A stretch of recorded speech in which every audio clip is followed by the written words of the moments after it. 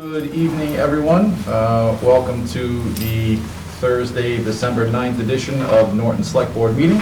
Seeing as how the time is now 7:03, I'll call the meeting to order. Let the record show that 4 members of the board are present.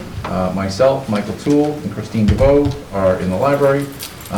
Renee Deli is online, and we anticipate Meg Arts joining shortly.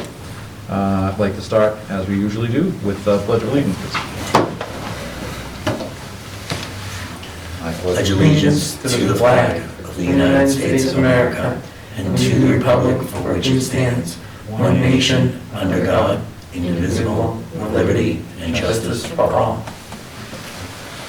Thank you very much. All right, we'll start as we usually do with the public comment period. We have 13 folks online. If anybody is interested in speaking to an item that is either on the agenda or on their mind, please indicate that by raising your hand in the Zoom.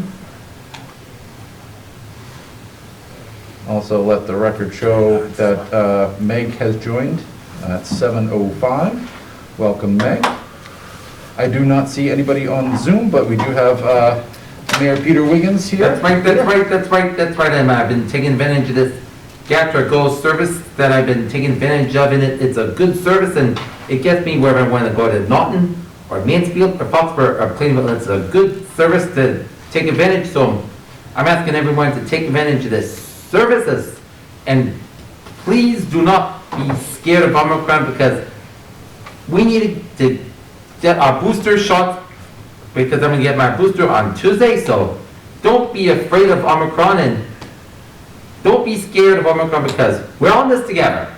Excellent. Thank you, Peter. I'm glad to hear that you're having such a good experience with the Gatra Go. Seems like it's a great idea. Michael, do you have the website there? Yeah, it's actually, Jack, it's gatra.org, and it looks like you can just put in where you want to go, where you're coming from, and where you're going. It will tell you how to do it. It's basically like a public transportation Uber, which is such a hybrid that I didn't think would ever exist, but it sounds really exciting. Yep. Thank you for sharing that, Peter. Appreciate it. You're welcome, Jack. Before we get in, we're going to do things a bit out of order tonight. And before we get into the meat of the agenda, I'd like to turn this over to Town Manager to reflect on the passing of former Police Chief Benton Keene Jr., who passed away this week after a long career of service to the town. Mike, would you like to share a bit? Thanks. Yeah, Chief Keene was a great guy, lived a great life, and was always enjoyable to talk to. He was a wealth of history on the town of Norton, and always enjoyed having a conversation with him. And he, was very healthy right up until, recently, and he lost his wife in April, and passed away this week. And Chief Keene started out in Norton. He was a special police officer in November of 1960, and he became provisional full-time in February of '64. He was a civil service patrol officer starting in November of '68, a sergeant in September of '72, provisional, and then a full civil service sergeant in September of '73, a provisional chief in June of '75, and permanent chief in May of '77. And he also served as the interim town manager or administrator, whatever it was at that time, from November '92 to April of '93. He graduated from Northeastern University, had a master's degree in public administration, and he developed policies and standings leading to the professional department that exists today. He was also the first Norton officer to graduate from the FBI National Academy in Quantico, Virginia in 1983.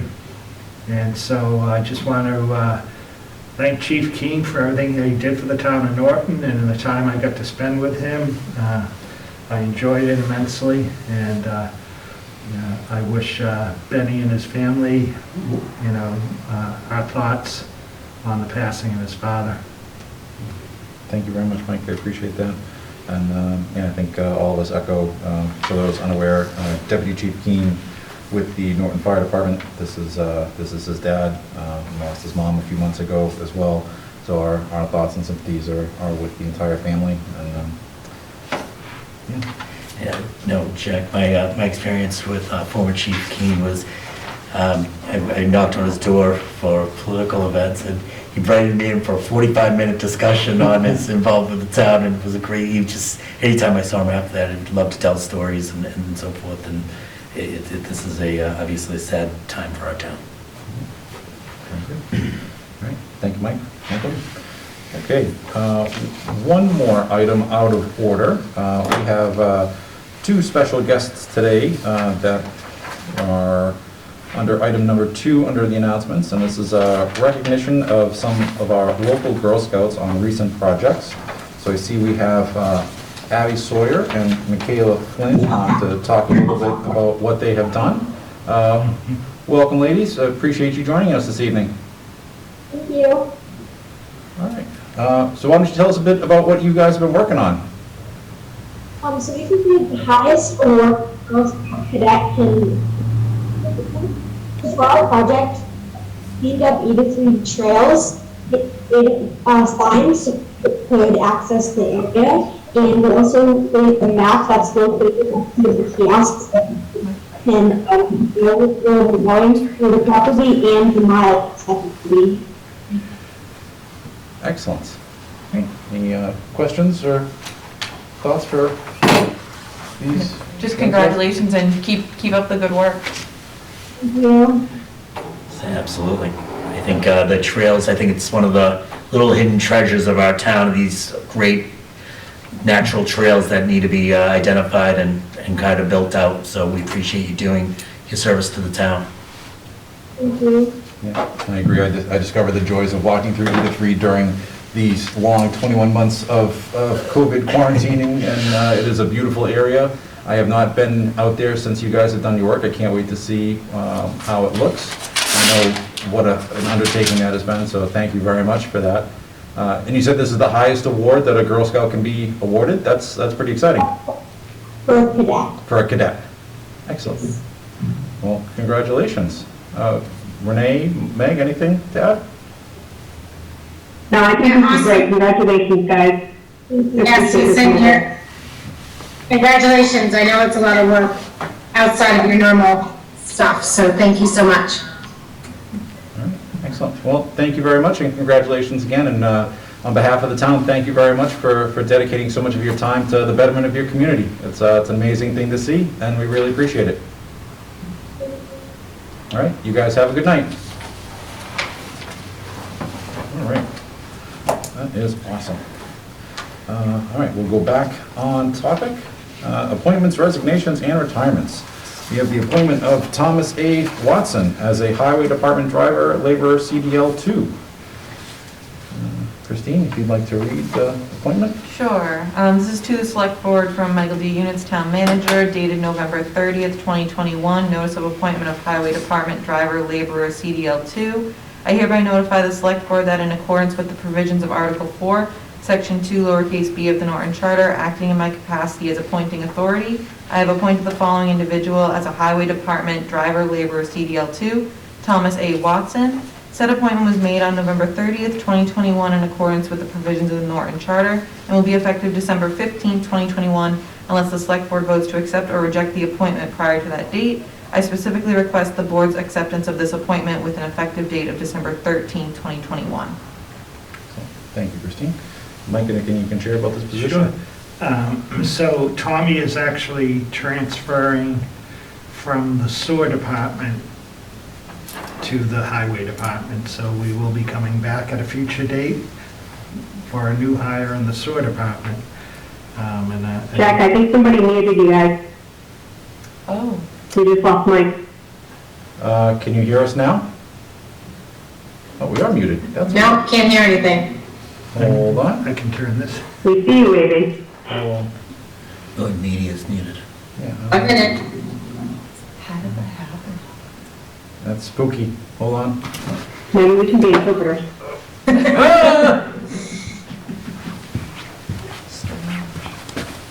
I just keep muting because I have dogs that are just gonna like let loose any second. All right, how's this? We good? There you go. Excellent. So I was saying that Tommy is transferring over from the sewer department to the highway department. And I know Keith is excited about having him over there. And so we will be coming back at a future date for a new hire at the sewer department. Is this the next salvo in a sewer town war? I was about to say that. We're taking Tommy. No, Who's next? they're fine. They're Okay. fine. Excellent. Lucia's in that fight too. They took Lucia to the, Okay.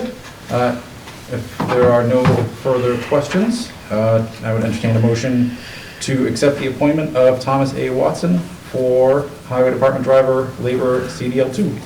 So moved. Seconded. All right. Renee? Yes. Meg? Yes. Christine? Yes. Michael? Aye. I too am a yes. Congratulations to Mr. Watson. Next up is the appointment of a full-time clerical A group position in the Treasurer Tax Collectors Department. Do we have a name for that, or is this just? It's Tina Medico. Yep, do you have it? Yeah, Medico. I got Okay. it. Medico? Okay. With an M. No. Yeah. Yeah, You're right, I'm okay. sorry, Christine. Okay, so this is, oh, perfect, okay. So this is to the Select Board from Michael D. Units, Town Manager, dated December 9th, 2021, notice of appointment to full-time clerical A group position.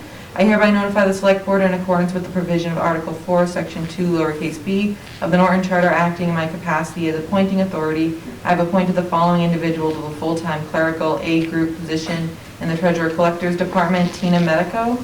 Said appointment was made on December 9, 2021, in accordance with provisions of the Norton Charter, and will be effective December 24, 2021. Unless the Select Board votes to accept or reject the appointment prior to that date, I specifically request the Board's acceptance of this appointment with an effective date of January 3rd, 2022. Excellent. Mike, any Okay. background on this, please? Sure, yep. Tina, it has worked in the banking industry for 10 years, so the treasurer feels this will be a good fit for the position in her office, because a lot of the work this position does is at the front window, handling receipts and balancing at the end of the day. And so we're excited to fill this position. I know the treasurer's office has been short-staffed since that transfer out, and looking forward to getting someone else back in the position. Excellent. Unless there are any questions, I would entertain a motion to accept the appointment of Tina Medico to the full-time clerical A group position in the Treasurer Tax Collectors Department. So moved. Second. Renee? Yes. Meg?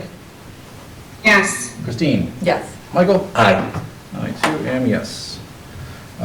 Next up, we go to the other side of the coin. We have two resignations, the first of which is the resignation of Robert Whitfield as a special police officer with Norton Police Department.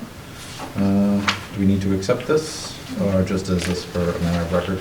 Yeah, just as a matter of record, and I just wanted to state that when I was shocked when I saw this. I know Bobby does a lot of detail work, and so they're gonna have a big hole to fill with all the construction that's going on. I know they've been having trouble filling some of the shifts, so I wish him the best, and he's just decided, now's the time to start enjoying his retirement more, so.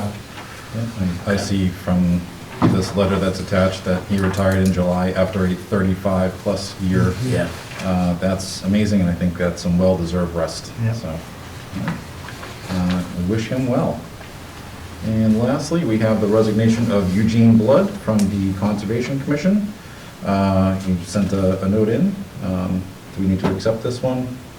I would just accept it and recognize that people should notify you if Yep. they're interested. So Chair would entertain a motion to accept the resignation of Eugene Blood from the Conservation Commission. So moved. Second.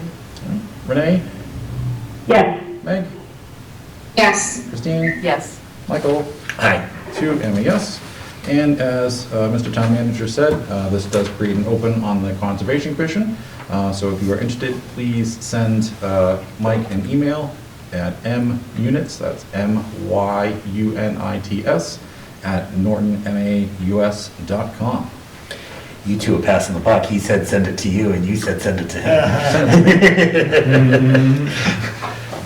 Send it to me too, Jay Conway at nortonmaus.com, and I'll forward it to Mike. So it's all going your way. And that's just an appointment process through the select board, right, Mr. Chairman? That is correct. So I think the last time that we had an opening, I think we had three really well-qualified candidates that were interested in that. So hopefully they're still there, and we may have a few others. Yeah, great, excellent. Anything else under this category? All right. That brings us to licenses and permits. Convict time. Yep. First of which, review and/or vote to approve an application for a common vic license to Produce Barn, DBA Produce Barn. So why are these with the rest of them? Just curious. Is this a new? Yeah, Yeah. Okay. so nothing gets by that Jennifer Reed. I came back with a sandwich one day, and she asked me where I got it, and I said I got it at Produce Barn, and she said, I don't even think they have a common vic license. All right. So, for some reason, it was always overlooked, so she reached out to them, and they filled out the paperwork. All right. So I'm assuming you are Still on trapped. they're not going to serve you. Yeah. Okay. So this is just basically solidifying the service that they've been doing for years. Yep. Okay. Any questions on this? It's not changing anything about how they're operating. Does No. not give them the ability to do anything more than what they've been doing. Correct. Okay. How was the sandwich? It's very good. With roast beef. Oh, Yummy. So Renee, I thought for sure you were going to take this as an EDC plug to go get the sandwiches at the produce barn. That's for social media later. Fair enough. I will say I love Produce Barn. I mean, I can't think of a different place where you can get so many different things. I can get beer, a bottle of vodka, and a sandwich. Some And little- WD. I like your priorities, yeah. It's amazing. So, with that ringing endorsement, I would entertain a motion to approve the application for a common victualler license to Produce Barn, Inc., DBA Produce Barn. So moved. Second, Okay. Renee? Yes. Meg? Yes. Christine? yes. Michael? Aye. I too am a yes. Sweet taste my legal Congratulations. sandwich. Now, do they have to renew it in the next Nobody's paying section? attention. Or is it good for? They will have to renew it. I heard it twice. They better get a sandwich called the Outlaw. Yeah. Okay, next up is review and/or vote to approve a transfer of the common vic license from FADL Inc., DBA Main Street Pizzeria, to HH and SH Corporation, DBA Main Street Pizzeria. Is this an ownership interest change, it looks like? It is. Okay. Do we have any questions on this? Looks like everything is in order. I was in the office when this gentleman came in, and Jen squared him away. Like, he walked away pretty solid and confident. Excellent. And he said he's changed the pizza there. He's changed the pizza there. Okay. New sauce, I guess. All right. My son likes it, actually. He said he noticed the change. Interesting. I am always up for new pizza, so, okay. Unless there are any questions, entertain a motion to approve the transfer of the common vic license from FADL Inc., DBA Main Street Pizzeria, to HH and SH Corporation, DBA Main Street Pizzeria. So moved. Second, Okay. Renee? Yes. Meg? Yes. Christine? yes. Michael? Aye. Two and a yes. Alrighty. Brings us to our next most Oh, favorite look at part. this, huh? Although, I think Page by Jen- page? Yeah, Jen helped us knock out quite a few of those. Last time. So why don't we work our way down the list? I'll do the first page, Michael, you do the second, Renee, no, not Renee, Christine, the third, and then we'll do rock, paper, scissors for the last one. Okay. So for those following along at home, these are the annual renewal licenses for some of the businesses in town. The terms you'll hear, Common Vic all alcohol, which is a restaurant, Common Vic wine and malt, another restaurant, retail package all alcohol, retail package wine and malt, and Common Vic, which is just to serve food at tables. So, Chair would entertain a motion to approve the renewal for the following businesses.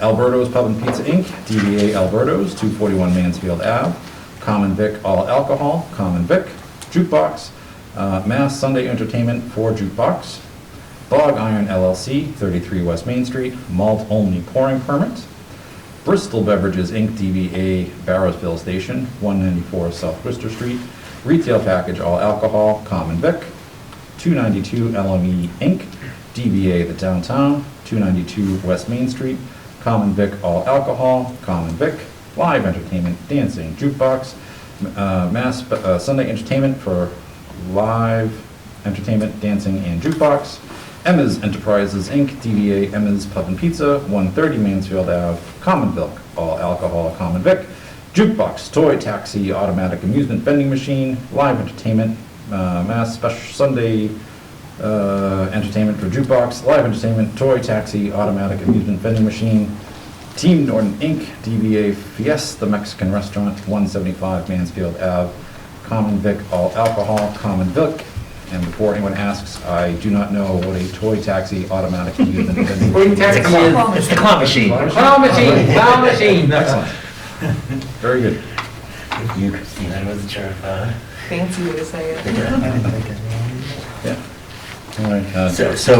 motion to approve, so moved. All right. Second. Okay, we have a motion and a second. Renee? Yes. Meg? Yes. Christine? Yes. Michael? Aye. All right. Page 2, Michael? Yep, well, there are different letters here, hold on. So, Fillmore Nason Post 8049 VFW of USA, 38 Summer Street, Club, all alcohol, Common Vic, Live Entertainment, Jukebox, Dancing, 1 coin-operated pool table, Mass Sunday Entertainment, Live Entertainment, Jukebox, Dancing, coin-operated pool table. Mac and Waltz Inc., 363 Old Colony Road, Common Vic, all alcohol, Common Vic, Live Entertainment, Mass Sunday Entertainment for Live Entertainment. J. Laxmi Corp., doing business as Mass Gas, 62 Mansfield Avenue. Retail package, wine malt. Michelle's Corner Store Inc., doing business as Michelle's Corner Store, 325 West Main Street, units 1 through 4. Retail package, all alcohol. Costinos J. Benegakis, Common Vic, all alcohol. I'm sorry, doing business as Mike's Famous Pizza, 105 Taunton Avenue. Common Vic, all alcohol, Common Vic. Northeast Golf Properties Inc., doing business as Norton Country Club, 188 Oak Street. Common Vic, all alcohol, Common Vic. Live Entertainment, Dancing, Mass Sunday Entertainment for Live Entertainment, Dancing. Caval Krupa Corp., doing business as Norton Liquors, 92 Mansfield Ave. Retail package, all alcohol. 336 Toth LLC, doing business as Norton Tavern on the Hill. Common Vic, all alcohol, Common Vic. Live Entertainment, 1 video game, Golden Tea, 2 pool tables, and jukebox. Motion to, my motion. So moved. Motion to approve, sorry. So you can just second. All right, we have a motion and a second. Renee? Yes. Meg? Yes. Christine? Yes. Michael? Aye. 2 and yes. All right, Christine, take us away to page 3. All right, so we have Produce Barn Incorporated, does business as Produce Barn, 72 Mansfield Ave, for a retail package, all alcohol. Sabatino's Trattoria Inc., does business as Sabatino's Trattoria, 111 West Main Street. Common Vic, all alcohol, and then Common Vic. Speedway number 2411, 125 West Main Street. Retail package, wine and malt, Common Vic. Mary E. Manchester does business as Sportsman Cafe, 13 South Worcester Street, Common Vic All Alcohol, Common Vic Jukebox and Pool Table, Mass Sunday Entertainment for Jukebox and Pool Table, Tournament Players Club of Boston at Great Woods LLC, 400 Arnold Palmer Boulevard, Common Vic All Alcohol, Common Vic, Wheaton College, 26 East Main Street, Common Vic Wine and Malt, Common Vic, Live Entertainment at the Loft. So I just ended there, do all of them. Why don't we, we'll do that and then you can do the next one. Okay. All right, so we have a motion, do we have a second? Seconded. Okay, Renee, Yes. Meg, Yes. Christine, Yes. Michael, Aye. 2 and yes. All right. Yeah, I can just, You want to do the rest? yeah. Just do the rest of the common vics. Yeah, because I'm gonna go to Yep, the. then we'll just do this. Okay, so this is all common vics to serve food at tables. AJ's Stone Oven Pizzeria LLC, 288 East Main Street, Common Vic.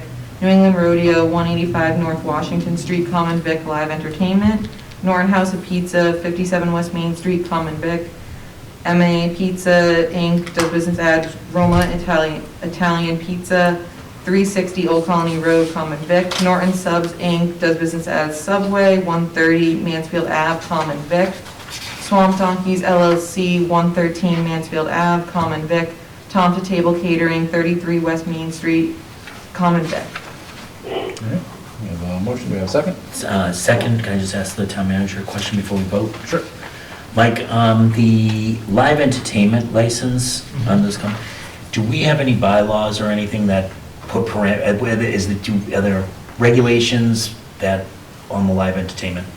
I should have asked this on the other ones, but this has been an issue over there, and it's just the reason, that's why I asked. I don't have it in front of me, but I know when they apply for it, there's a time, days and times. So they still have to apply for the actual usage of that license? So they already have it, this is just a renewal of what they had. And I don't remember what the times are or the days. So I think this is just for food. They have come back before for the one-day beer or one-day liquor license. Yeah. And that's when, The reason I'm asking that is, do we have one more meeting before year's end, or no? I think we're meeting next week, right? Next week. Okay. Would it be all right if, can we get some more clarification on the live entertainment can I delay that one? Can we withdraw that one from the motion if Christine's okay with it? That's fine. Just to can you give us more parameters on what the requirements are on the live entertainment portion of it? Just because we've gotten so many calls, I just want to be very clear that with just understanding what live entertainment is there. Yeah, thank you. Christine accepted the withdrawal from that motion, and I seconded. All right. Renee, Yes. Meg, Yes. Christine, Yes. Michael? Aye. 2 and yes. And that brings us to our car dealers. Class 1 is an agent or seller's license for the sale of new motor vehicles. Class 2, used car dealer's license to buy and sell secondhand motor vehicles. And Class 3 is a motor vehicle junk license. So Chair entertains a motion to approve the following. Edward Broll, DBA Ed's Auto Body and Repair, 16R Samoset Street, Class 2. Kevin's LLC, 187 West Main Street, Class 1. And Midway Collision Center, Inc., 85 Mansfield Ave, Class 2. So moved. Yep. Second? Second. All right. Renee? Yes. Meg? Yes. Christine? Yes. Michael? Aye. 2 and yes. And Great job, team. Mr. Chairman, so Mike, just some understanding on the entertainment, like what the restrictions are on the live entertainment. There may not be any, because we may not have a bylaw for it, but I just get some more understanding on it. That's all. Thank you. All right. Thank you, Michael. Hey, Jack. Yes, Renee? Just to let you know, I have to mute myself for a second. I'll be listening, but I won't be able to talk All right. for about 2 minutes. All right, very good. Thank you for letting us know. Thank you. Next up, we have the 2022 Seasonal Population Increase Estimation Form from the ABCC. So I'm going to see how well I remember this from last time. This is a provision that the ABCC allows if you have a seasonal increase in population to get a temporary increase to the number of your liquor licenses. As with years past, our estimated seasonal increase is 0, so we do not take advantage of this. Correct. All right. Any questions, thoughts, comments? It upsets me that we're not a tourist destination. My roommate, my freshman year of college, lived in Montauk, Long Island. And he said Oh. during the winter, there's like 6,000 people there, and then 40,000 in the summer. I cannot imagine Yes. us swinging that bag. Do we need to do anything with this? No, just vote to agree and Okay. authorize the submittal of this. Okay. So Chair would entertain a motion to accept the document as prepared and forward it on to the Abcc, stating 0 increase in estimated population on a seasonal basis. So moved. Second. Okay. Renee is muted, so consider her there. Meg? Yes. Christine? Yes. Michael? Aye. I too am a yes, so we'll say that's 4 to 0 to 1. Okay. Thank you very much. On to, anything else under licenses and permits that I may have missed? Got it. Not that I see. Okey dokey. We're on to announcements. The first one on there is recognizing the Boy Scouts leading the Pledge of Allegiance at town meeting. If you are a frequent tuner-inner of our meetings, you may have seen this item several times before. Still trying to get the names of the individuals that were there. I asked again yesterday, so at this point, I'm just going to make with the board's permission, a general thank you to all Boy Scouts everywhere for what they do, and especially the ones that led the Pledge of Allegiance at town meeting, whoever they may be. Their mystery carries on to this very day. Okay. Next up is a vacancy on the Board of Assessors. Unfortunately, this opening comes with a bit of sadness attached to it. Jim Riley, a longtime member of the Board of Assessors, passed away a few weeks ago. And for those of us that had the opportunity to work with him, even on a limited basis, knew him as just a kind, genuine, and exceptionally smart individual who really put his heart and soul into the work that he did. Was shocked to hear of his passing, and condolences are with his family. Unfortunately, that does create an opening on the Board of Assessors. So if anyone is interested, again, please email either myself or Mike Units. This would be a temporary appointment, and then at the April 30th town election would be what's the word? It would be filled formally at that point. Mike, do you want to just give a quick overview? I mean, I could talk to what the assessors do. Do you want to just give a quick overview? I'm sorry, Mr. Chairman. Of the process? Of just what the assessor, what the board does. Yep. So. Because many may not know. The assessors are a very important board in town. They're actually the only board in town that has to actually be certified. So that, right now, I believe all the classes are online, and there's a great staff up there to work with you, and the other members of the board are great.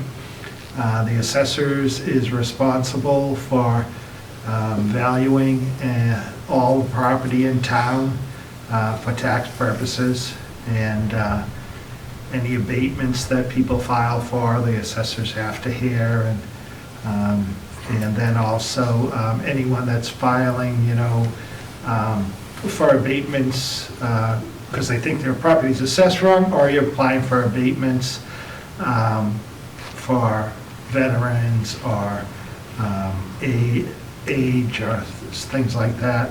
The assessors review those. So it's a good working board, and they meet. Their meetings are short, not longer than maybe an hour and a half.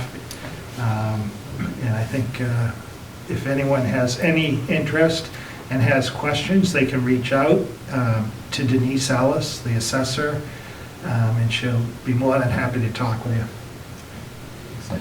I think that was a shot across our bow about quick meetings, but it's. Just Mr. Chairman, on Jim Riley. Jim was a great guy, like you said, and very involved with the assessors, but also with St. Mary's Church and Wreaths Across America, and very knowledgeable man, and gonna miss him. Very well said. I think he was also heavily involved with the senior center and their activities as well. Just a wonderful human being. I think Tom's sad for losing him. All right. Christine, I'll turn it over to you for any of the other announcements that we have on here. So the Norton Youth Baseball Softball is sponsoring a coat drive with, in conjunction with Anton's Cleaners and Jordan's Furniture. They're going to collect new and gently used children's, youth, and adult-sized coats. The drop-off dates are the 11th and the 12th from 12 p.m. I'm sorry, December 11th to the December 12th from 12 p.m. to 2 p.m. and then December 18th from 12 p.m. to 2 p.m. And that's at the Birchill Field by the LG Norse. And then there's the Lions Club is sponsoring a Letters from Santa, where you can surprise a child with a letter from Santa this year. The child will receive a personalized letter from Santa by December 23rd. For each child that you wish to receive a letter, please complete, there's a form available and then donation of $5. And all forms must be received by December 13th to ensure delivery before Christmas. Santa's charging for personalized letters, Christine? Santa charges for lots of things that we don't know about. Santa So- is a capitalist. And then the last thing, very quickly, I had it. The Norton Special Education pack presents the Penguin Patch Holiday Shop. This is Saturday, December 11th from 10 to 2 at the LG North. And you can bring your children to shop for family and friends in a festive environment where they can learn to spend, budget, and save. There's free pictures with the jolly old elf himself. Yeah, so that's a good time to go. Excellent. Thank you, Christine. Anyone else with anything to share under the announcements banner? All right. Hello? Hi, this is Allison Abreu.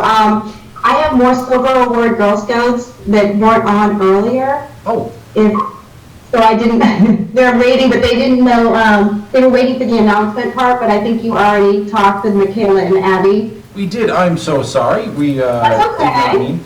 Yes, please. Yeah, Would like let's, to have the girls come on? Okay. yeah. Hang on. Thank you very much for speaking up. So sorry about that.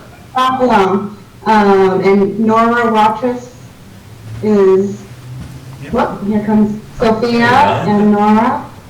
Great. All right. Excellent. There you go.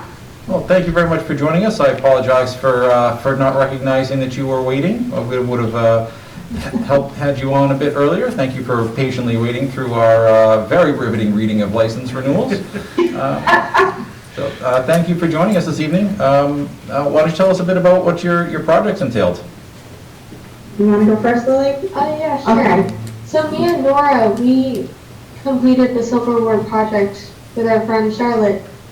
And for our project, we made 10 bat boxes.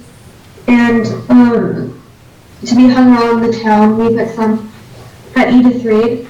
And we also made an educational website about bats and their importance. Yeah, we also made flyers to put around town. That's excellent. And they each worked about 48 to 50 hours on the project too. That's amazing. Have you observed any bats going into your bat boxes yet? I haven't been back there yet. Excellent. It can take a while. Yeah, I put one up on my house this summer, and I haven't seen anything yet, but I'm really looking forward to seeing them through there. It's a really great organic way to keep the mosquito population down, so appreciate that. Any questions for Lily? And Nora? Nora, do you know if they have any more left? Do we still have? Oh, you're muted. We have Sophia on, looks like. Yeah.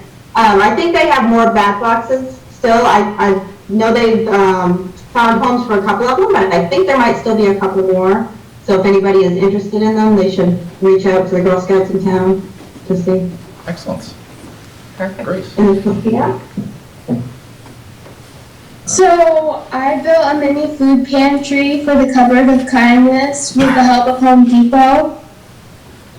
And you can find it on the wall that's right across from the food pantry. And I also have a Facebook blog. That's excellent. Wow. That's amazing.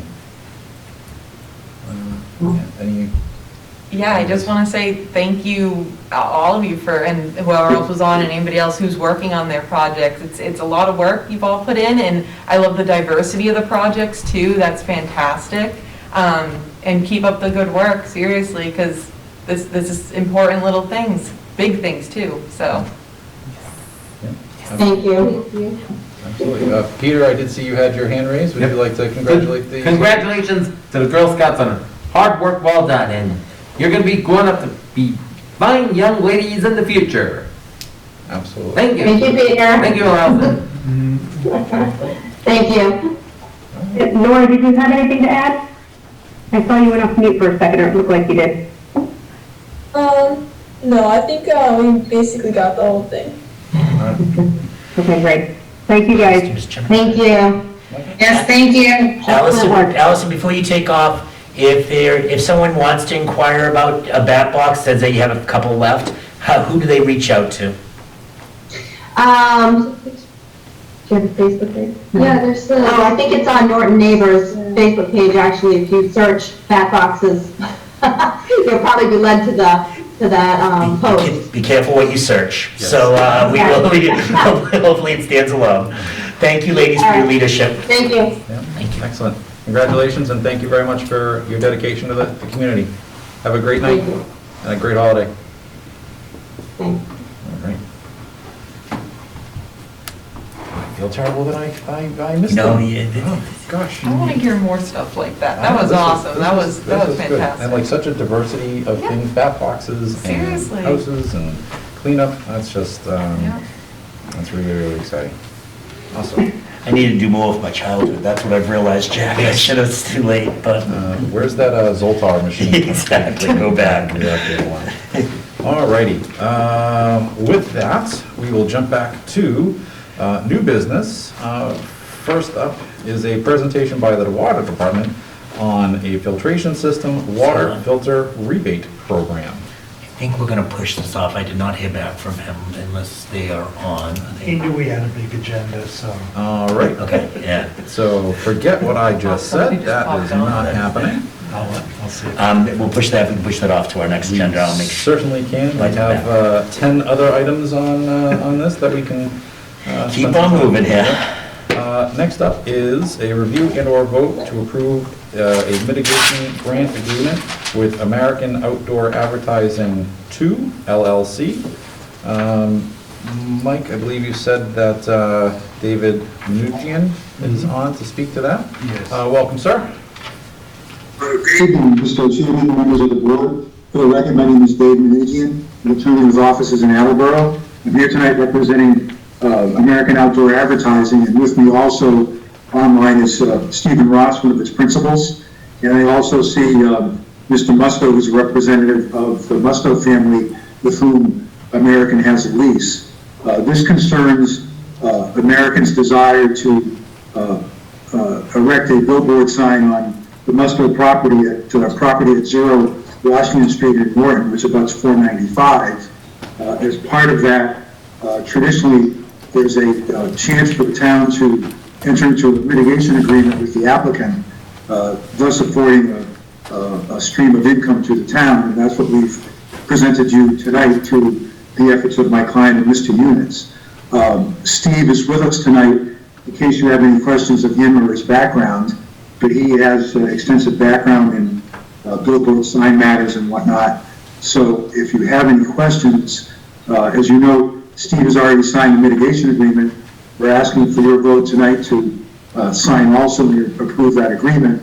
But should you have any questions of me or Steve, we'd be happy to answer them. We also want to let you know that we have applied to the Norton Planning Board for a special permit that's necessary to construct the sign. I believe that hearing is going to be during the first week of January. That hasn't been advertised yet, but the application is filed.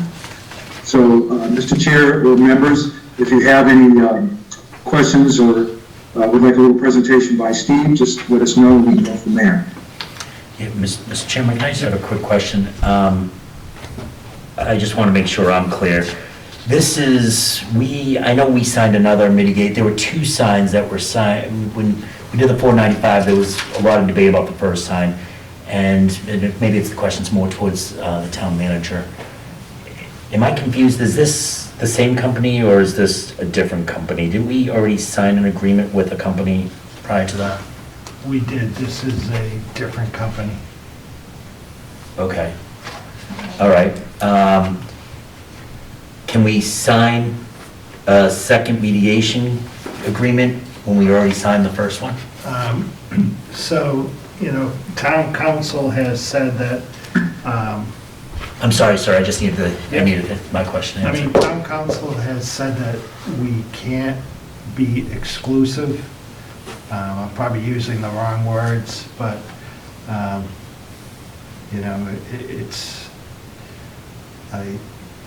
But do we put ourselves at risk because we already signed a mitigation agreement? Well, obviously, I would think tonight, this is the first you see in the mitigation agreement. I would ask any questions about the mitigation agreement that you have of the attorney, and then, have time to review it, and we can bring it back again another time. Okay. I think that would make sense. All right. Mike, can I ask, I'm less concerned about the other agreement and more concerned with the location. So 0 Washington is right at the town line. Don't we already have an electronic billboard, like in very close proximity to that? We have another billboard. I don't know if Stephen or David have a map that would show the two locations. So am I unmuted? Yes, sir. Yes, go ahead. Well, first, thank you for having us on the agenda. The town requires 1,000 feet spacing between digital signs, as does the state of Massachusetts, and we have about 2,600 feet between the existing digital board and the proposed location on the Mustle property. And if I could add to signing multiple mitigation agreements, I've worked in numerous towns that have done similar deals with multiple outdoor companies. Stoneham was one, Methuen another, Haverhill another, Tewksbury another. I have probably deployed about 50 digital faces within the state. Prior to coming with American Outdoor Advertising, I was the general manager of Clear Channel Outdoor. Worked very closely with the state in regards to the digital pilot program, and multiple operators within a given community do have multiple deals with towns. So yes, it is doable. And I'd just like to add, Mr. Chairman, that your entering into this mitigation agreement does not mean automatically the sign's going to go up. We have numerous permitting steps to go through, the first of which is with the town of Norton, which would flush out any of the location concerns that members of the public may have and/or the board. This just says if we get the permits and they become final and the sign is operational, then the income flow set forth in the agreement will become in effect. So I just want to be clear that the board's not approving the sign location. We still have to meet all the parameters of the local bylaw and the state bylaw, the permitting process. So this is just an opportunity for the town to get its feet wet, so to speak, on the first level. You can't get multiple signs within 1,000 feet unless we get a variance from the zoning board. We're not at that point. We have a plan that's submitted that would have, as we've said, 2,600 feet between these two signs. And we think it's an advantage for the town to enter into something like this. So if we do get our permits, it can avail itself of that income flow. Mr. Chairman? Yes, Michael. The sign that's you're proposing 2,600 feet, is it north or south of the existing sign that you're following along 495? It's south. It's closer as you're heading toward the Cape. Okay, perfect. I'm sorry, Go Christina. ahead, no finish. And just one follow-up question. So Mike, and maybe you can answer this question, is a mitigation agreement, is this almost like an HCA? where it's kind of just trying to get to an understanding of the sign? Yeah, it's just saying that, as the attorney said, if this sign got permitted, this is what. This is the deal, this is the what agreement. the town would Okay. obtain. All right, thank you. Mike, do you know if normally the mitigation gets signed or gets approved by the select board before it goes to like how they said they're having an open hearing? Do you know if that's normal that it gets signed first, or is it kind of vary? It is normal because the planning board would like to see that. Like to see that Yeah. the select board supports or doesn't support it? Well, yeah, that there is a mitigation agreement Okay. in place, yeah. Okay, got it. Thank you. Mr. Chairman. Christina, I think, and Mike, could you just, the first time that sign, I think, was kicked down the road, that the select board didn't have a stomach for doing it for years. Is that correct? The first sign, right? We pushed that off, the previous select board pushed that off. Town meeting kicked that. Yeah. Oh, it was a town meeting that kicked that off? Right. Okay, all right. Would this have to go to town meeting? Or No, No? it was, at that time, digital signs weren't allowed in town. Oh, okay. Oh, okay. So there was a proposed article for town meeting that wasn't approved the first time, and I think went back a second time and was approved. Got it, okay. And just folks, just so to be clear, we're operating under that bylaw. That's what we've applied for, and it allows digital signs in an industrial zone with a special permit from the planning board. So I agree with Mr. Eunice that this is a traditional first step, because at least it shows the planning board's, of my client's willingness to cooperate with the town in terms of an income flow from the sign. And I think it's important to have that in place before the planning board weighs the application and decides all matters on it. Excellent. So can you continue to open it up to the board for questions? Renee or Meg? Hey, Jack, I'd like to see a presentation similar to the one that was from the first applicant in this regard, to understand its location, the distance from residents. I know the first time there was quite a bit of concern about the lighting at night and where it was pointing and houses being in direct view. I don't know if that's the case here, but I'd like to see a little bit more in front of us before considering the vote. Attorney Eugene, did you say that you had a presentation that you'd be able to share with us tonight? We have just what was, I don't know if Steve has the ability to do that, but if you'd like that, we could, you said you were meeting next week, I believe? We are, yes, next Thursday. So if we could come back at that time, we'd be happy to give you some more background. We could give you what's been submitted to the planning board, and you can see that. Again, this, the bylaw assumes the planning board is going to be the final arbiter of whether this is a thumbs up or a thumbs down.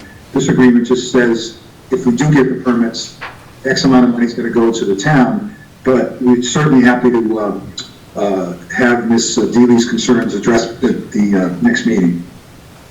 Okay. I think that would make sense if we hold off on this until next week with the presentation.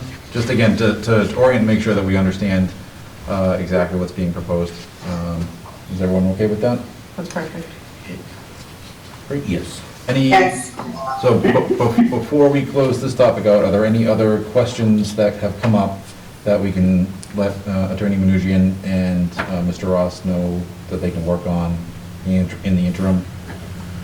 No, I mean, Renee asked what I was going to say about the lighting Yep. and the location, so that was perfect. Just so we can visually see it, or like, a description of it, where it's going to be, that'd be good.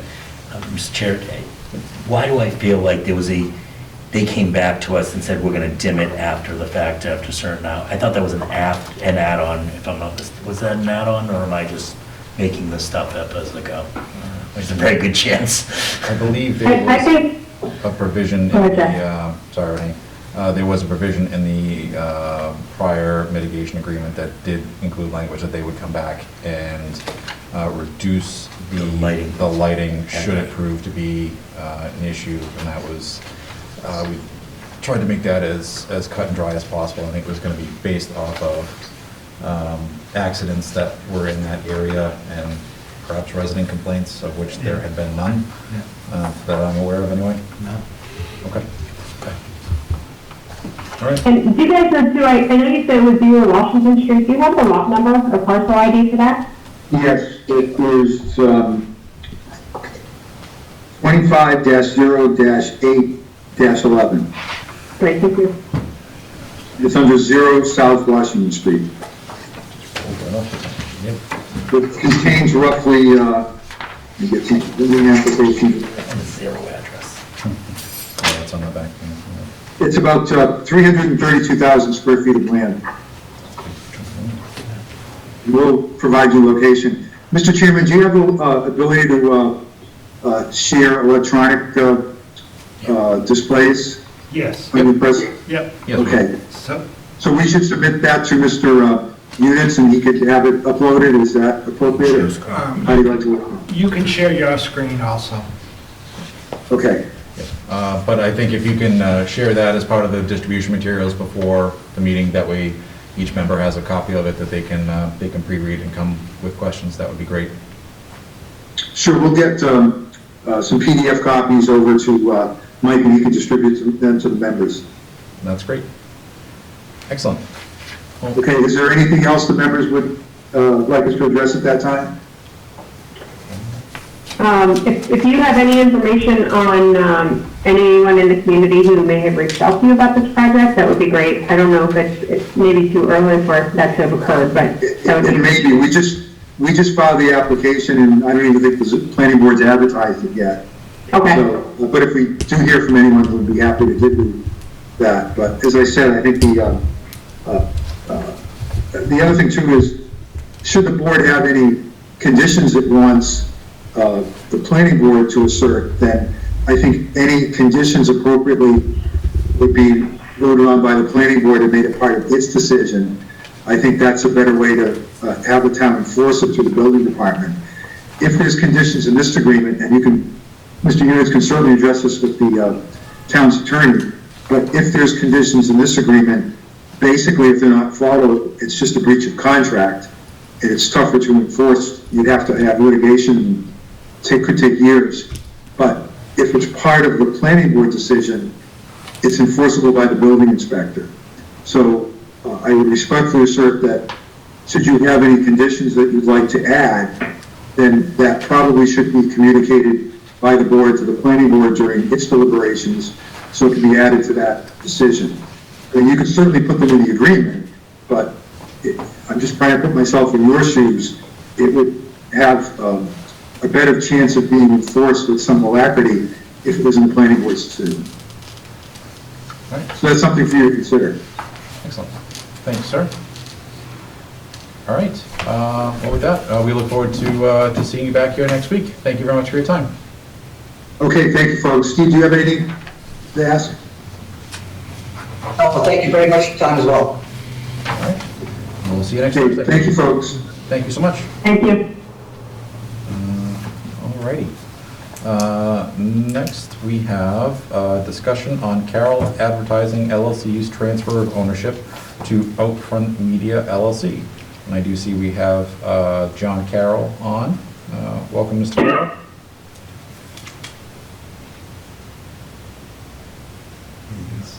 How are you doing? Great, how are you, How's sir? everyone? Great, thanks.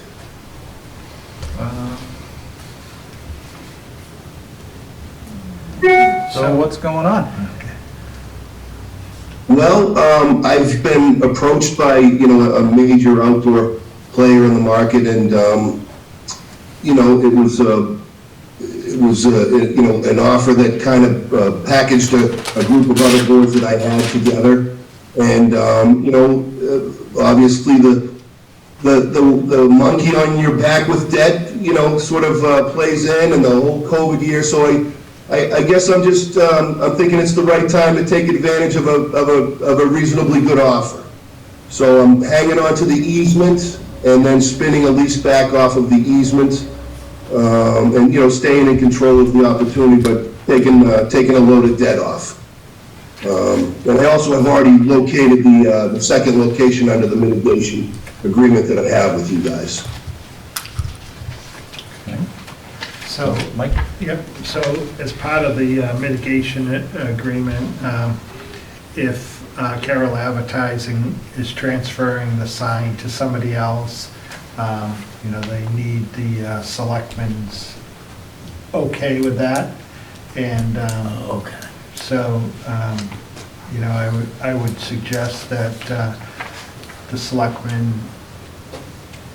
provide that with the condition that the conditions in the mitigation agreement as far as revenue to the town are met. And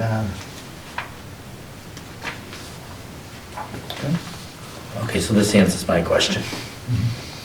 Is that accurate, Mike? and I don't know, maybe John would know,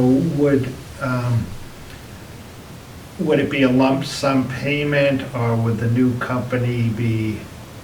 No, actually, I had, I think, another 8 years to pay you with the added on, so I'm just gonna square away in one lump sum payment, and then you'll get the benefit of that extra payment on the end anyway, so I think it's better for the town too. Okay. Yeah, I see where you're coming from. So am I understanding correctly that so I think the original mitigation agreement was up to a total of $600,000 for 2 signs. Right. One lump sum payment for $300 and the others over a period of time. Is that correct? Right, and then that was later amended. Yeah, I thought it was done to be, Was it 315,000, I believe? But it's over a lot. Yeah, 315. Right. 315, okay, with 9 payments of 30. Yeah. Okay, And so this would be payment of the balance due on that. okay, all right. And so if the board could vote to authorize me to prepare and sign a letter stating that the board is in agreement with that, and that the agreement for the first location, 3 Lopes Drive, is the one we're talking about, that upon full payment of the agreed upon mitigation fee for the sign located at 3 Lopes Drive, the town is in support of this transfer. Any questions for the town manager on this? So Mike, you're recommending that we do this, is that what you said? Yes, provided the payment is, we do receive full payment of the balance due on the sign located on 3 Lopes Drive. Okay, so does the agreement say that it's contingent upon receiving that payment? It does. Okay, I'm looking through it now, I haven't gotten to that section yet. I just have a draft letter. It says that the board voted to allow you to do so upon full payment of the agreed upon mitigation fee for the sign located at 3 Lopes Drive. You have made us aware of your intent to sell the existing billboard located at 3 Lopes Drive to Outfront Media LLC, which is considered a transfer of interest under this agreement. This letter shall constitute written consent of the town as voted by the SelectBoard to allow you to do so upon full payment of the agreed upon mitigation fee for the sign located at 3 Lopes Drive. And there's, Mr. Chairman, and there's no promise of additional signage, because the original mediation was for 2 signs. This isn't being... Well, I think there is a promise of a second sign, and I have that, that's why, I don't know if this is the right time to be talking about that, but, like, I got some pretty strong feelings on that second site there that you guys just talked about. So that's where we're back to my original question. So have you got an interpretation of liability of that, or? I think that's what we should do, reach out to council and on that. So should we wait and? I mean, I look at them as 2 separate things right now. Yeah. That, the sale of that sign is one thing, and your consent to do that, and then the attorney would be talking about the other issue. Because I don't think there's, as I'm reading this mediation, there's no transfer of this mediation, right? No, there's no transfer of the mitigation agreement. Mitigation, I'm sorry, mitigation, I apologize.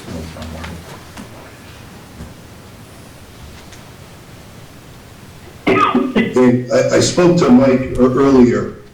I'm not gonna hold up the threat of the balance payment, because the board's built and, that was our agreement. But the agreement with the two structures within a certain period of time, and I'm still within that period of time. So, Okay. and I just got approval for the second structure already. I sent everything to Mike this morning, so. Approval by, I'm sorry, Mr. Chairman. The extended stay America, basically the hotel changed hands. All of this, Mike, will back up.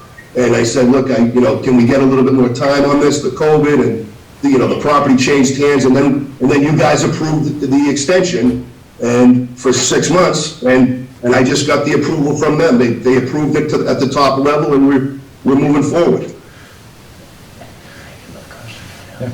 Mr. Chairman, through you, Mr. Carroll, where would the second location be now? I'm gonna, I know I'm gonna rehash some things. I might give myself in a bigger hole.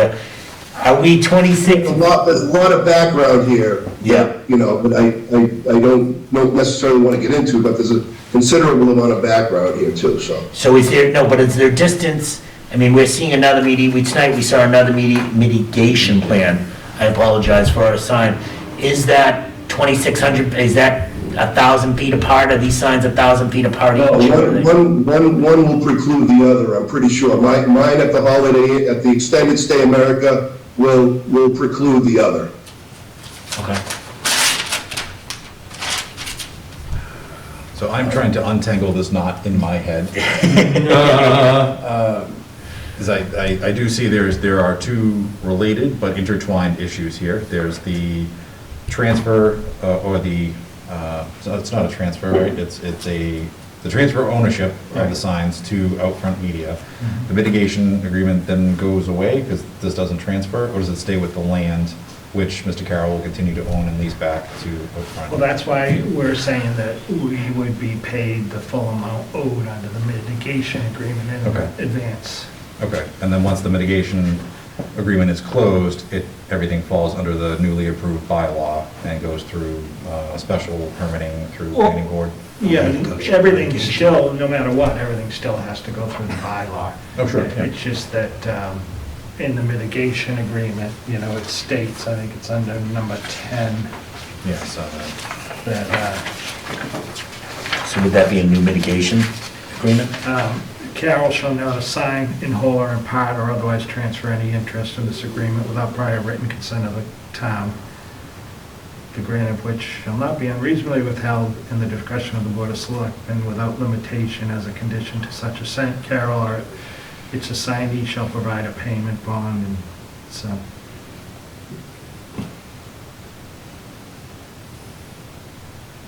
So the mitigation agreement, that's something that we would have to discuss also with the attorney. Do we just transfer this mitigation agreement for the sign at 3 Lopes Drive? I mean, John Carroll would pay the balance due, but all the other requirements in that mitigation agreement would have to be met by the new owner. Right, yeah, I mean, there's a substantial amount of, call it quality of life items that are in here, maintenance and dimming and communication devices. I mean, I will say I fully support the transfer of ownership. I'm struggling with what the ripple effect of what that does. Yep, I'll work with the attorney on a draft of an agreement.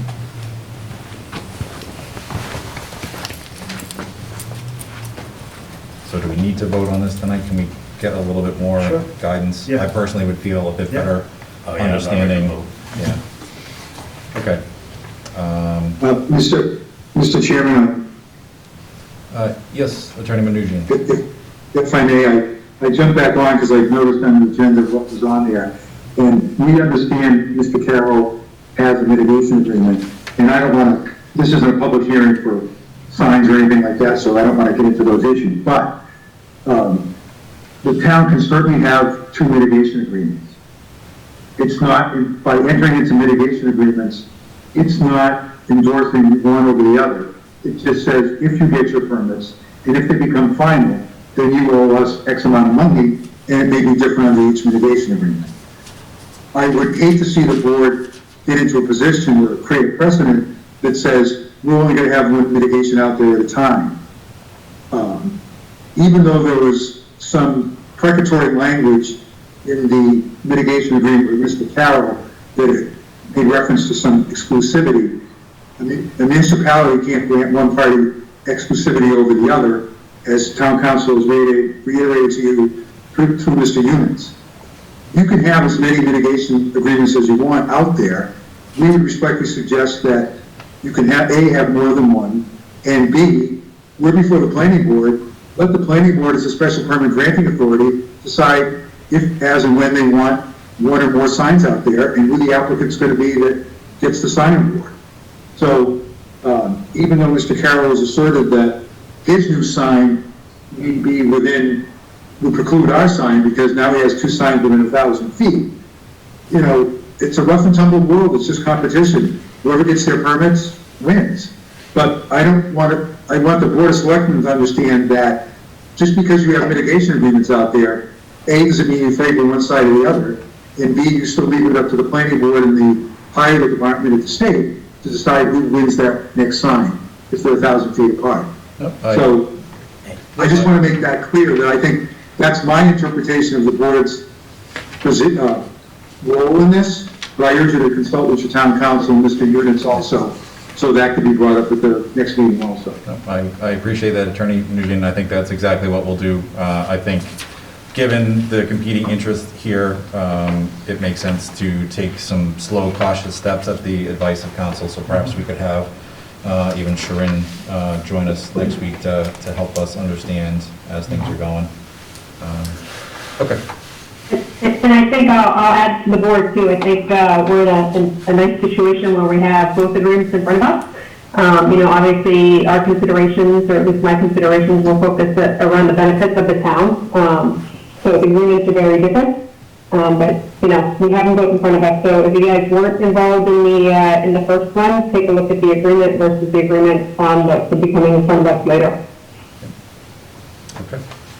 All right, so we'll add this to our stack for next week. We just keep punting. Yeah, I mean, yeah, I think this we need to Get your Christmas shopping done early, folks. Yeah. Mr. Chairman? Yes, Mike. Just a question for Mike, or just clarifying point for me. Mike, if both mitigations were one sign, I would say I agree with the interpretation. He just makes sure that we have one mitigation with 2 versus 1. I don't know what the 2 versus 1, if anything, has any, that's what I'm really understanding. I know we can't offer exclusivity, but because we entered an agreement with an understanding there were 2, that's what I don't understand, how you can, so. That's what I don't understand either. You know, it's about integrity and the journey. There's a lot of background here, so. And by the way, you know, this is a public forum. I offered Mr. Musto $800,000 for an easement, and I'm buying the easement at the hotel for $500,000. So I'll split the difference with the town of $150. So I was giving you $300. There's your $450 now. I'll match that, and I've still gotten a way better deal than I would have gotten with Mr. Musto. How's that? And it's about the integrity of the agreement. So everyone benefits there. I'm splitting the difference with you because karma's going to win the day here. All right. Yep, I think we'll just, we're gonna pause that here before it gets any more out of control. I think we will bring counsel in to help us understand and lead us through this. I appreciate both viewpoints. I think we just need more time to get educated and make sure that we're taking the proper steps with all parties in mind, including the best interest of the town. So thank you, gentlemen, for joining. We will see you next Thursday, and I appreciate your time. Thank you. All right.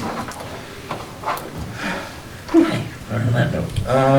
Next up, something I think a bit simpler that we should be able to handle. A discussion and/or vote to set the spring annual town meeting. And I believe, per the town charter, that is a day in May or a day in April or May. To do that. May 6th, 2022.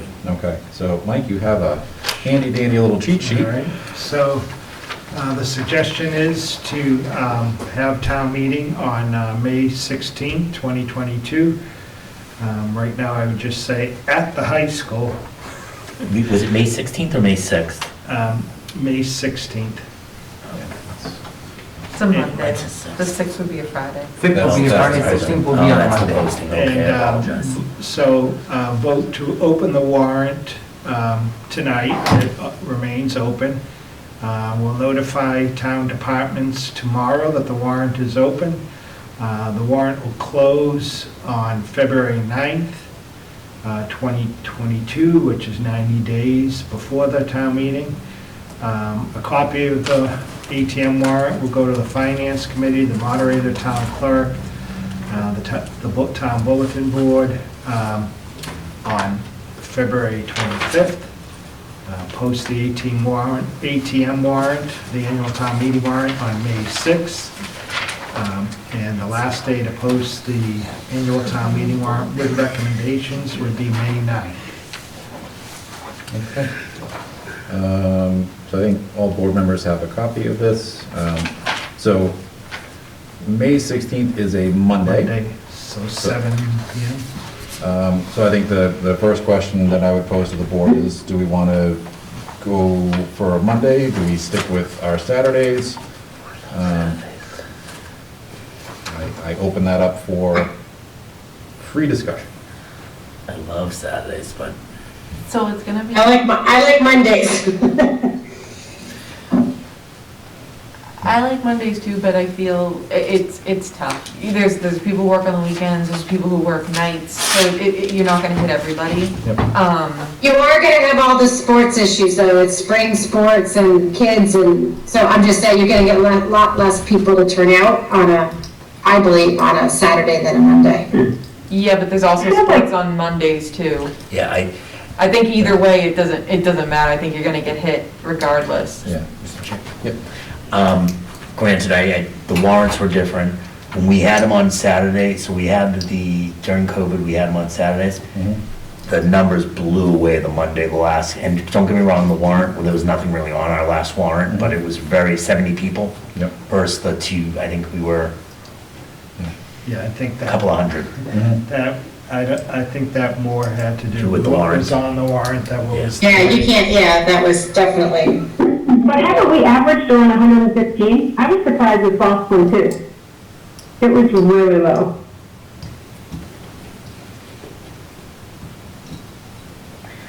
This isn't the mountain I'm gonna die. Yeah, I mean, I'll be honest, I don't like either day. I don't like the Monday night or the Saturday morning. Yeah. We gotta get it done. Yep. So as Michael just said, I don't have a dog in this fight. I will support whatever Yeah. the majority of the board feels necessary. So Meg, I think, feels very strongly about Monday. Does anybody feel equally as strong about Saturday? I'm seeing a lot of shaking I've heard heads. complaints either way. I've heard complaints Yeah. because they say they work on Saturdays, they have a full-time job, then they work on Saturdays. Yep. Then I hear, I work the second shift, so I don't get done till 7. Yep. So it's tough. I wish we could get everybody there who wants to be there. But, so if historically it's been on a Monday, and if only because of COVID, because I only moved here not during COVID, during COVID, so I didn't see the ones during, the one that I missed during COVID before that. So if it was only Saturdays because of COVID, I guess we've tried to move back to normalcy and move it to Monday.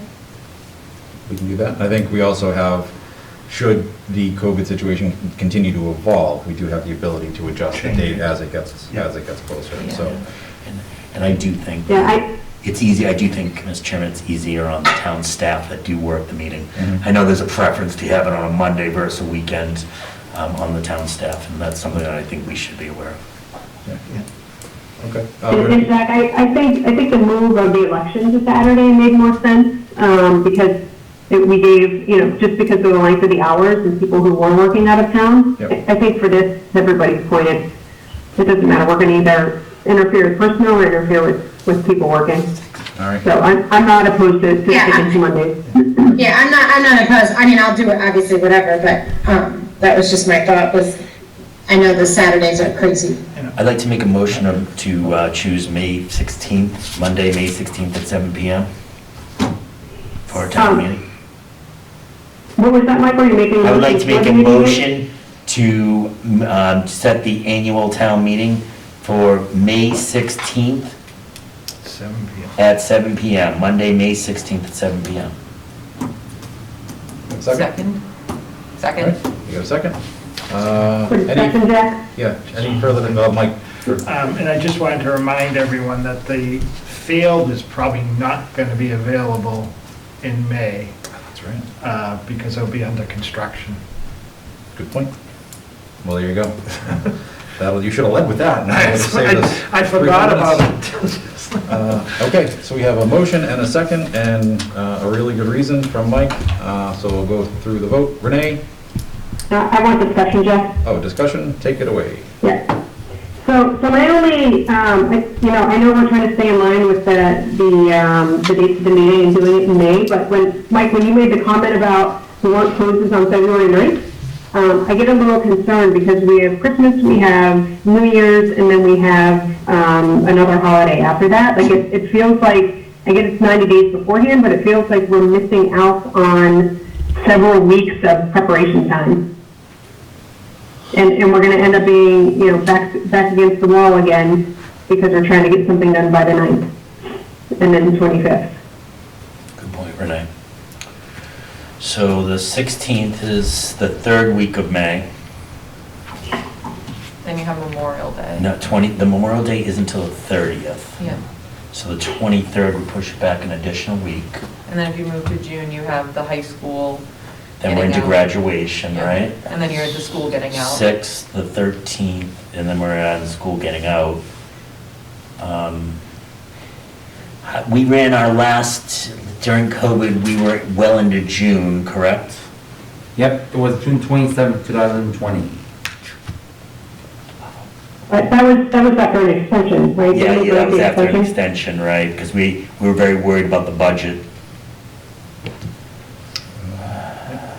Does anyone have the school, I mean, really, I would think we'd look at May 23rd or June 6th. It might be, the bylaw, I can't remember if it's the bylaw or the charter. It's April, May, or June, right, for the meeting? Yes. Does anyone have the schedule for the high school? calendar, we get a schedule. June 3rd is graduation, it's a Friday night. Yeah, so we can't crowd them in there.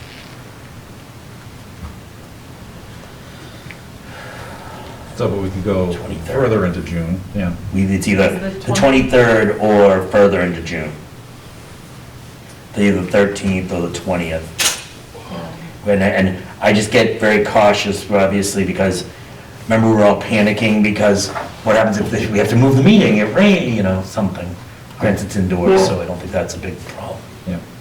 So what was wrong with June 5th? It would be June 6th. June 5th is a Sunday.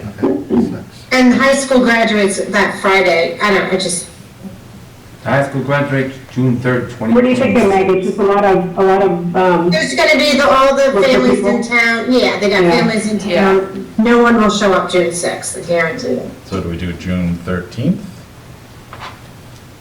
So Just, split the difference there? if I can just remind everyone, That's now a holiday.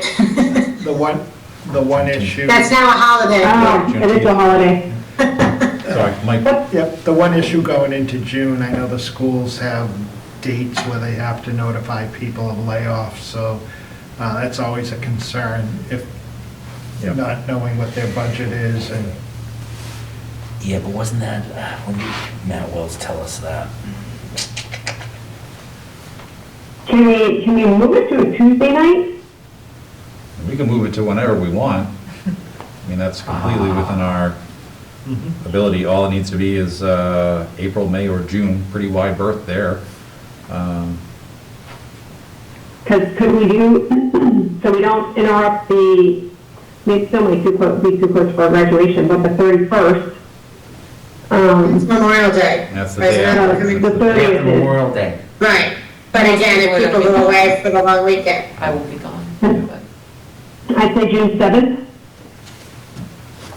So Tuesday, June and 7th. then if we did have a rain date or for whatever reason had to cancel it, we would still have 3 weeks to do something before July.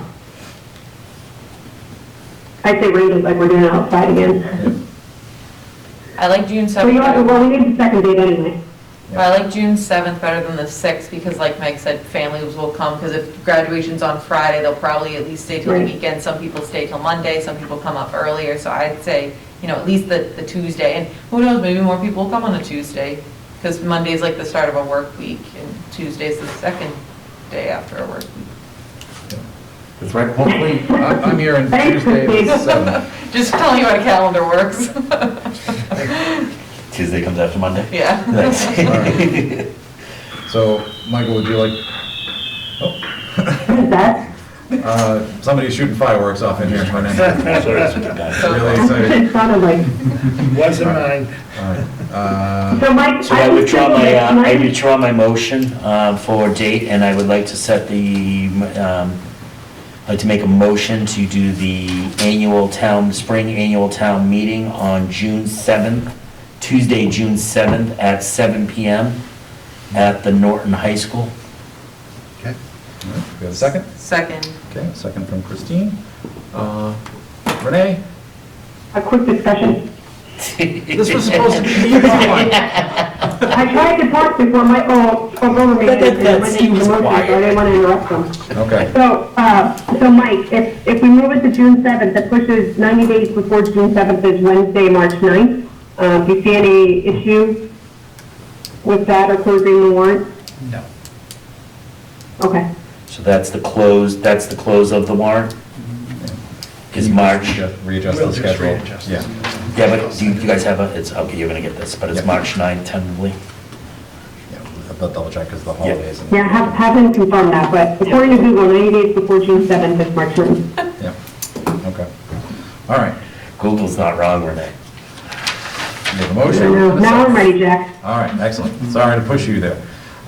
Renee, Yes. Meg, Yes. Christine, Yes. Michael, Aye. on to yes. Wow, that was way hard. Remember you said this is gonna be the easy, you actually said this was gonna be It's really trying. We gotta think things in our head, then say them. I know, I have never learned. All right, And item. Mike, I imagine that if there is any sort of conflict with the school, you let us know. I almost thought Yes. grab your gavel tonight.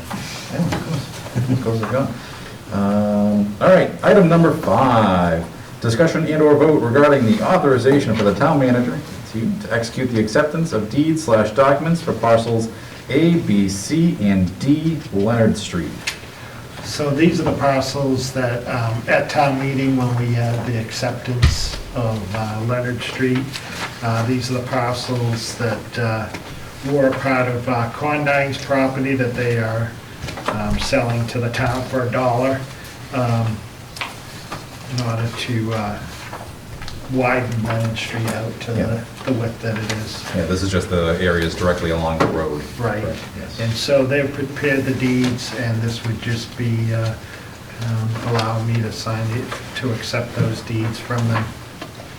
This has been reviewed by town council for, It has, many times, many times, back and forth with their council and our council. all right. So Mr. Chairman? Yes, sir. So Mike, I know we tackled this in town meeting, just for my curiosity.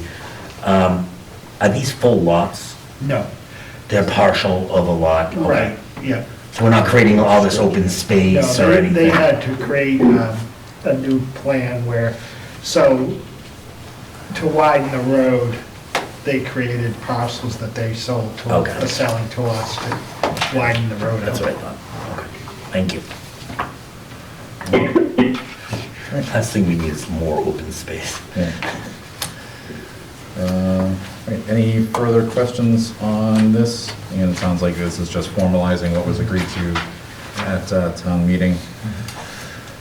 I'd like to make a motion to authorize the town manager to execute the acceptance of deeds and documents for parcels A, B, C, and D on Leonard Street as presented to the select board this evening. Second. All right, motion from Michael, second from Christine. Any discussion? Seeing none. Renee? Yes. Meg? Yes. Christine? Yes. Michael? Aye. I too am yes. All right. Next up, discussion and or vote to convey parcel of land located off of King Philip Road, Assessors Map 19, parcel 165. And this also was part of town meeting. This was the parcel that had been taken, and then they were paying the taxes, and Oh, the Walzacks. right, Yes. the Walzack property. And Okay. town meeting voted to authorize you to be able to sell the property. Okay. And this would be you voting to sell the property, and I know there's a deed prepared for you to sign. Okay, so we can use the dollar we get from Leonard Street to, okay. Okay. Any questions on this? I think this is a record-keeping matter. All right. Seeing no discussion, I would entertain a motion to convey the parcel of land located off King Philip Road, Assessors Map 19, parcel 165, as outlined in the release of deed prepared. So moved. Second. Okay, Renee? Yes. Meg? Yes. Christine? Yes. Michael? Aye. And I too am yes. All right, back on track. I jinxed us again, sorry. Next up, number 7, discussion and or vote regarding open meeting law complaint regarding Oasis of Tranquility, Inc. Mike, please illuminate this for me. I'm gonna defer to Renee. Okay. He dropped like a hot potato or Leonard Street to King Philip is now with Renee. Yes. So this was, we just don't feel it was a justified complaint that was filed by Oasis of Tranquility and had no basis. And so, I know, Renee, if you want to talk more on that also. Yeah, I'm trying to find that in the, So there was a I haven't seen the language, I'm just trying to find it in the agenda packet, but the complaint was, I think it was twofold. One that, we didn't provide the individual with notification of, discussion or of their attendance, which they weren't invited as a guest. And secondly, that, essentially to my point of, we didn't feel that it was valid because we had posted the, meeting agenda on time, within the 48-hour requirement with the agenda item clearly on the document. So I'm trying to look for, in the packet, is the letter there from So there was there was no requirement for us to notify them that we were going to be talking about it. It's on the agenda, so it was open meeting for anyone to attend. So the complaint, so if I'm, Mr. Chairman, Matt. So Mike, a complaint came in from them, right? Have we issued a response yet to them on, we posted the meeting and followed open meeting laws? And does that get CC'd to the AG or is it just the secretary? Our town council was communicating with the Attorney General's office. Okay. So And Mike, I thought we were supposed to review a response, approve the response, no? Yeah, I'm trying to find it. But I don't see it. And if it hit my email, I'm sorry, I didn't catch it.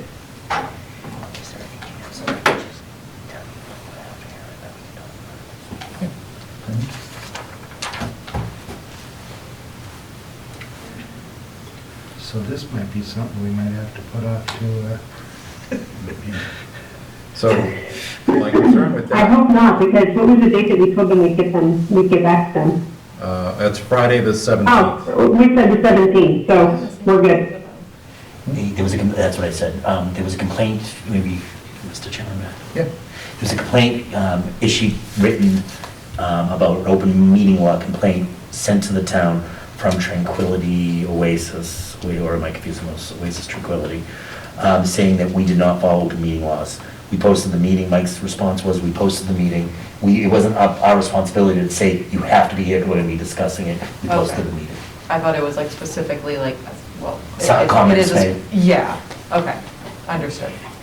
No, I mean, from our perspective, right, this is the one where I had sent an email to the applicant advising that I was going to recommend to the select board that we don't enter into an engagement or do anything further. And then a couple days before the meeting is when the information was sent out for the board's review, and then it was posted online, but it was board business, right? So there, aside from open meeting law, I'm not aware of any other requirement that we had to make notification to anyone. So is the next step that we need to formally respond, and that's what this is for? Okay. Yeah, so he had asked for a brief extension to December 17th so that we would be able to review the complaint, take remedial action as appropriate, and then authorize a forward response. Okay. I mean, And that's why I thought that we were going to review the response this evening, but I don't see it. okay. Yeah, if we do not have it, I would dare say we can't review it. So we'll have to make sure that this is a hot priority for next Thursday's meeting in order to get this through for the 17th as promised in this communication. Is Lauren handling this personally? Is Lauren handling this personally, or is she another one of her associates? I think, this was being handled, let me see. By Joe Duquette. Joe Duquette. By Joe, okay. He's the OML Yeah. expert. It was either him or Lauren, or like really just kind of, Okay. So it sounds like we have no choice but to table this until we can get a draft of that letter. Okay. All righty. Well, Thursday the 16th, I'm sorry, but we're going to bury you under another item. And we'll turn to Michael for a discussion of the Public Works Departments. Yeah. One of the things that I've told the board that I was working on, that I wanted working on so I can bring it to the select board for approval and or review is the joining the highway department and the water department all underneath as one public works department. And I've also had in your email sent the wording that's being proposed. I was supposed to have it printed out for you as well, but I also did an overview sheet. On December 1st, I actually got some people together to see if this is even a feasible idea. Inside that working committee was Michelle Brown, assistant to the town manager, Mike Units, Keith Silva, John Harrop, and myself, just to kind of float the idea out there, get some idea and feedback from them. The feedback that I did receive, Mr. Chairman, was that it was something that they definitely wanted to investigate to move there. The purpose that why I'm doing this, or why I want to propose this, I shouldn't say we're doing it, because I want to propose it, is to combine the Norton Highway and Water Departments in an effort to find employee savings, cost savings of employees, costs, equipment synergies, actually that's written wrong, but while opening opportunity, expanding services. In addition, this would also hire an engineer that both of these departments would report into, something that I think the town is actually costing the money by not having a certified engineer to kind of project manage some of the projects in town. So I'm hoping to kind of work on this and bring this in more details, but I just wanted to present this as a beginning stage. In the next couple meetings, you'll see more formalized documents of what I want to propose for changes to the bylaw and the charter, and then kind of bringing this together as a whole. I guess what I wanted to propose to the board is feedback on the idea, all right?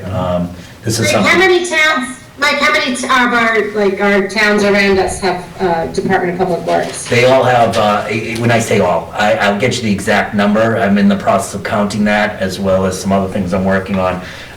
Most towns do have a public works department. What it could be is the electric company's in it with the highway department. The water board's in there with they all have a different type of structure. So Well, let's get an electric department. yeah, now you're just Electric talking. company. I agree with that 100%, but I can talk to And that. cable, and I'll give you the whole list of all the public works that should go in here. But I think, one of the things that was interesting with this first meeting was Keith Silver and John Harrop, who's the Assistant Superintendent of Water, both agree when there's a water main break, it's all hands on deck and they could use some help, and they do help each other where they see opportunities. When there's a major storm like we went through, highway departments need some opportunities, and this would kind of streamline some of these processes that I think putting them in one department. Even though each of the department has their own licenses to do certain things, we do think that there is some cost savings of capital equipment, some synergy with employees. Mike, is there anything that you can maybe add to what regards to? No, it just, as you said, a public works department would have highway, water and sewer, cemetery, parks, everything would be under one department. So if there's an emergency, as Michael said, for water, then you could have the laborers from the highway department come and help out with that, digging and paving, and then hopefully if there's a bad weather event and the highway department needs water and sewer guys to help do some of the cleanup, then they're available for that, so. Yeah. One of the major things of my proposal is, in other proposals in the past, was there was talk about eliminating the Water and Sewer Commission. I do not want that. I think they're a valuable board, and I do not want to see them disappear, but I do see them being changed to an appointed board commission versus an elected commission. Just because you don't have two commissions that are basically elected, they're more of an advisory committee to the Water Commission. Okay.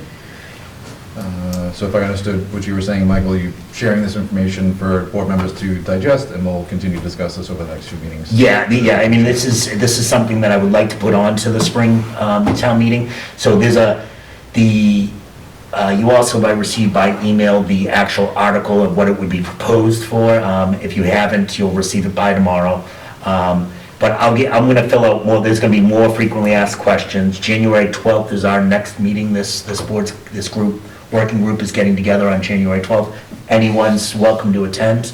And like I said, it is just to kind of work through there, and I will be presenting it to the water commissioners as well in the next couple meetings, one of their next meetings coming up as well.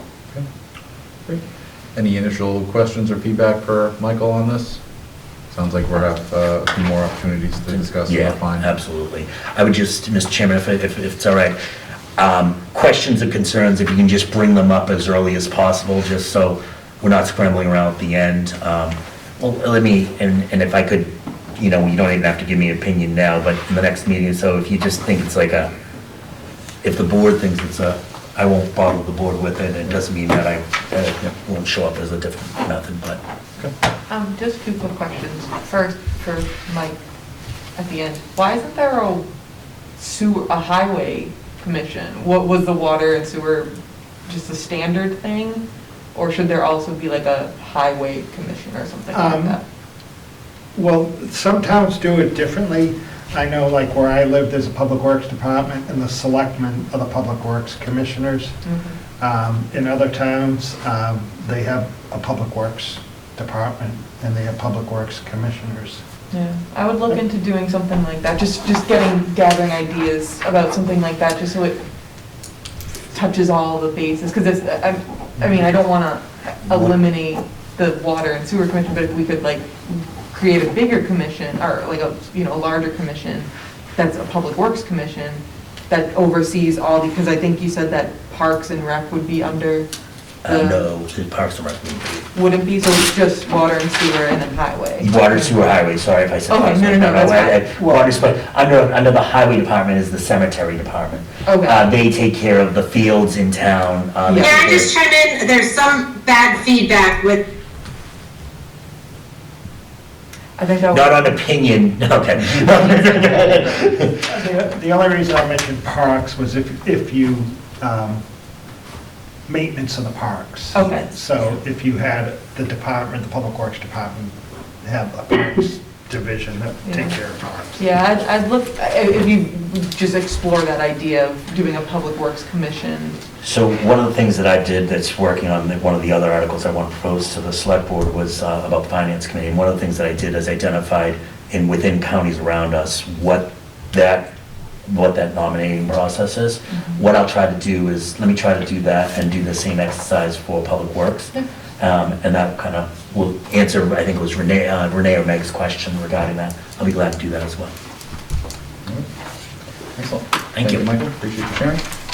Alrighty, number 9, discussion on changing the select board meeting day and/or location.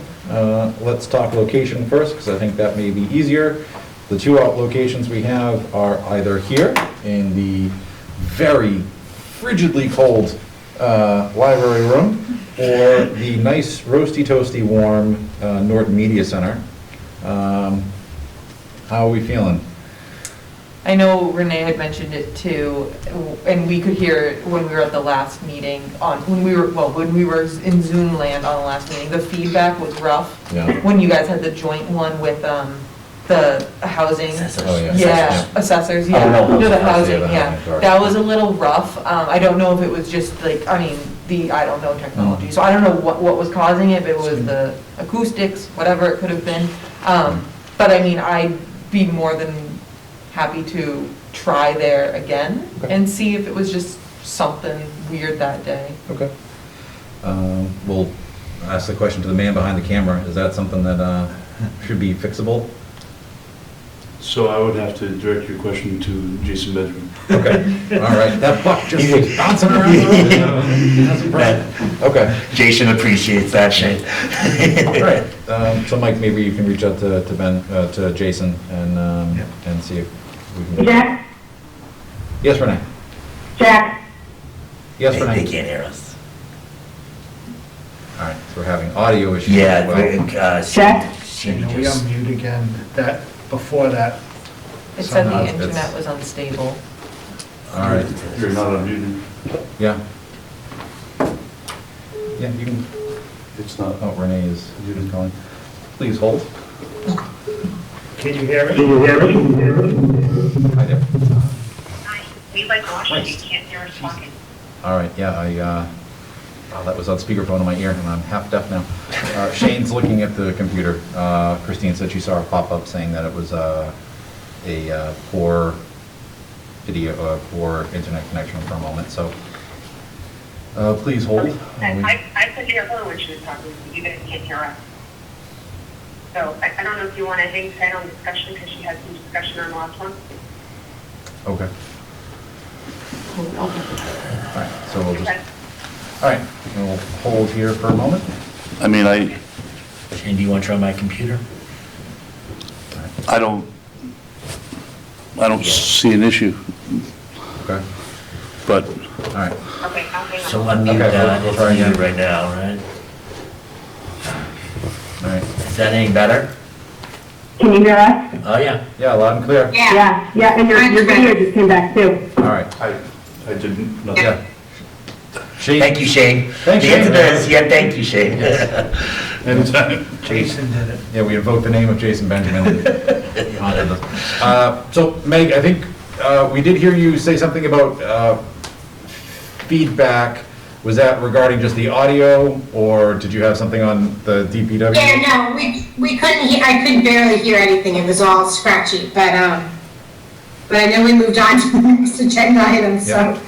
No, we're still on location. Yeah, we're on Location still. location and meeting day for the select board. Yeah, we lost you at the Public Works discussion. Yeah, we were gone after. All right. halfway through that. Gotcha. In a nutshell, Michael welcomes feedback on the initial proposal. They'll be continuing to go on. I think your next meeting, as you said, is January 12th. Yeah. So if there's any thoughts or comments that you would like to make, please direct them to him, and he can begin looking into and incorporating them as we go through. Yeah, and I would encourage that we keep this on the agenda, even if it's just a quick 5-minute update, just an update on, because this is something that we're continuously working on. Yep. Hey, Michael, it would be helpful if, as you guys work through it, I know you started to discuss what it would look like and the buy-in from Keith and somebody else. I'm sorry, I think that's where it started to cut out, but maybe just kind of show us how the structure is now and what you guys anticipate or are talking about how the structure would be in the future. I heard something about Parks and Recs in there, but I didn't hear the discussion. I didn't know that that was an option, so. Yeah, no, Park and Recs is not in there. It was a, it's basically, Mike was just talking about what the highway department does is they maintain the parks and the rec areas in town, as well as the cemetery department and all that. In the overview sheet, this is gonna be a working document that you do have, that you should have, that Jen, I think, sent you, but I'll make sure you have it. We're gonna make that a working sheet is, why we're doing it, what the goal is. That paragraph is horrible, I apologize. But we'll have a flow chart of the current, I'll add the current structure, and then I'll do a subsection of what we're proposing together. And then realistically, I need as much help as frequently asked questions, because I want to use this as the document and information pass out at the town meeting with the approval of the moderator on that, so. Okay. And the other thing I did say is, I'll try to work on a list of a certain number of towns that I've already been evaluating some towns on some other things, on what they have for public works departments in the area. Excellent. Thank you, Michael. All right, anything else on that one? Oh, looks good. All right, so jumping back to the changing of the select board meeting day and or location. Christina and I bantered back and forth about how frigidly cold it is in here. We talked about the audio feedback issues that we experienced at the media center. I'm hearing from Mike that we're actually getting audio feedback problems here as well, so who the hell knows what's going on. If you just put on a little extra weight, Jack, like myself, you wouldn't be so cold. I'm trying, I'm doing my best. So let's do location first. I think what we had sort of started nudging towards was Mike having a conversation with Jason Benjamin, director of the Norton Media Center, explaining some of the issues that we experienced the last time we were there with the housing authority, seeing if we thought that could be rectified, and then trying that area again. I don't have a preference for one or the other. I'm trying to remember why I liked the media center. It just, I'm not sure. I wasn't there. Meg was there. I just felt it was more conducive for our meeting, and I'm not sure exactly. It was so long ago, I wasn't prepared to remember all The that. lights were really warm, I remember that. Maybe that's what it was. The lights were nice, Yeah. the lights were nice and toasty. Well, setup-wise, it's obviously easier for cable. Yep. So we want to try I that. think it was just the sound virtually. Is there an opportunity to go in the other room where there's a little less feedback and noise because of the carpeting and the noise canceling on the wall? I think that's the room that we were in. Yeah. We were in the studio part of the room. You were in the front part, right? No, we were in the back, where we did recorded the PSA for COVID and all that. That's where we were. Yeah. Yeah, it was loud. Yeah. So we'll talk to Jason, and we'll see what we can do. Maybe we try that again after the new year, and we'll see where we go. Yeah. For the meeting day, I think every time we've brought this up, I think just about everybody has an issue with just about every day that comes through. So there's not one good day. I thought we agreed on Wednesday. I thought we were gonna. I thought we did too. I thought that Wednesday was the day, the least amount of interference, and Okay. I'll throw that I out know there. Renee just said that it would, with you guys with the EDC was the only thing that she has to juggle, like if we have like an off day or something like that, or if we need to throw in additional meetings, I think that was the only real concern with Wednesday. Or EDC can maybe move to Thursday. EDC could move to Thursday. Negative. No. No, they She's can't. clearing her Thursday, Jack. I'm not even gonna bring that up to them. You know something, I think we all are committed to other things, and so I think when we found a day of maybe Wednesday, I think that's the, Okay. Yeah, why don't, I mean, Meg, I don't know if you're, where are you, Meg? Right here. If you agree with Wednesdays too, and if we need to add meetings, why don't we just add them on a Thursday? Yeah, I just think Thursdays are you're just, trying to finish off the week, it's really hard, so. All right. I'm up for that, give it a shot. never get me on a Thursday, I see TV. All right. So shall we say that first meeting in January, we'll implement a Wednesday meeting schedule? See how Sounds like that a great goes? plan. Could we also try maybe the first meeting at the media center? Because that gives it because if we're not, you said January 12th was the first one. January 12th was Michael's next Oh, meeting. your for the thing, I'm DPW. sorry. Okay. So yeah, I mean, depending on when the first meeting is, maybe try, just Okay. try a whole new thing Yep. the first time and just see where it goes from there. So if I've got my mental calendar in my head, January 5th would be the first Wednesday, and January 12th would be the second Wednesday, so. Let me get you a calendar in front, Jack, so you're struggling here, I'm not helping you at all. That sounded exactly right. No, you're right, sorry. Looking at 2021, I'm like, oh. Yep. So I don't know if we want to meet that first week in January, or if anybody's going to be traveling back. So whether it's the 5th or the 12th, we'll set that up, and, So Jack, the 12th is the series with the EDC. Good, let's do the 5th. all right, so let's do the January 5th. I don't have any. Yeah, if we can, if it's impossible to at least try to set it every other Wednesday and stick with it as much as we can. Yeah. That's what screws me up. Yeah, if we can just put them all on the calendar and then if adjust it accordingly. All right, so Starting the 5th. starting the 5th. All right, All right. here we go. Let's do this, team select board. All right, I hit that a little hard. We'll have to reach out to FinCom because they usually meet on Wednesdays and make sure that's not All right. an issue. I thought they met on Mondays. When it Yeah, they gets, meet on, when it gets going, it's Monday and Wednesday. Yeah, we Yeah, can't. okay. Well, so we always have our meetings when, not that I have any kids, with school committee, but I do like to sometimes go to those meetings and hear what's going on. So ours are always, I don't know how the heck they do it. They must plan it so their meetings are always on ours, so now there's That would be flexibility. Agreed. Just Yep. I haven't been to a school committee meeting in person in a while.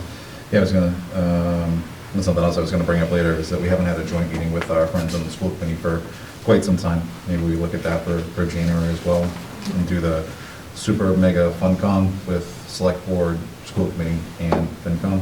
Wow. Get everybody all together. Wow. Yeah. Wow. It's been a while, right?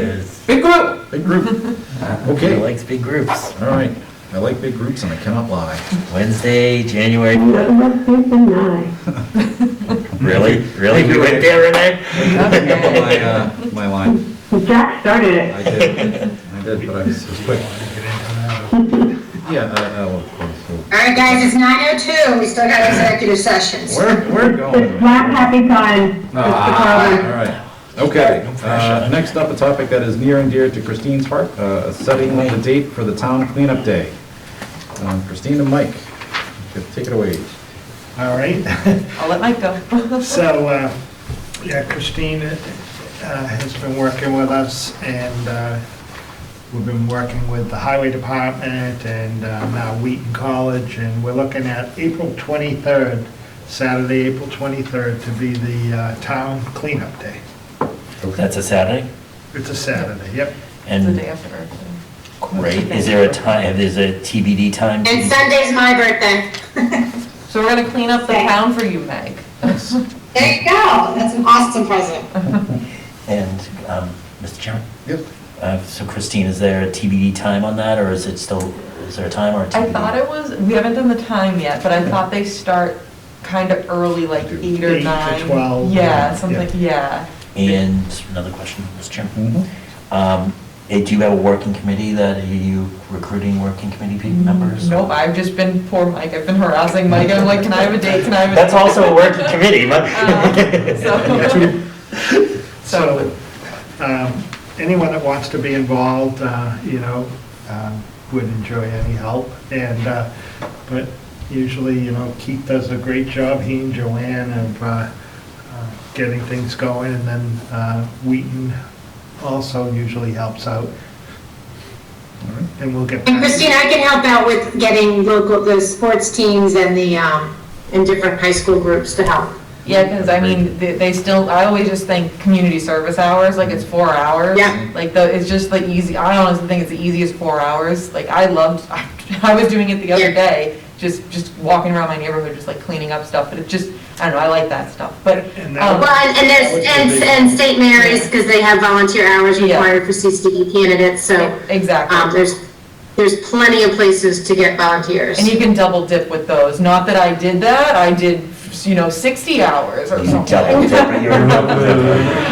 But yeah, so, I think, especially and I think, Mike, we had talked, or you had mentioned that there's like at least a list, or you guys gather a list of like the major areas that need extra help, extra Right. TLC. So Keith usually puts a list of streets together, and any help with getting the schools involved, that's always been one area that we've been lacking. The Boy Scouts and Girl Scouts have been great, and Wheaton, their kids usually do some of the busiest streets, 140 and 123, where, and then some people do their own neighborhoods. Some people will pick up bags the day before and then go out and do their own street and leave them there for the highway to pick up. Is there, Mr.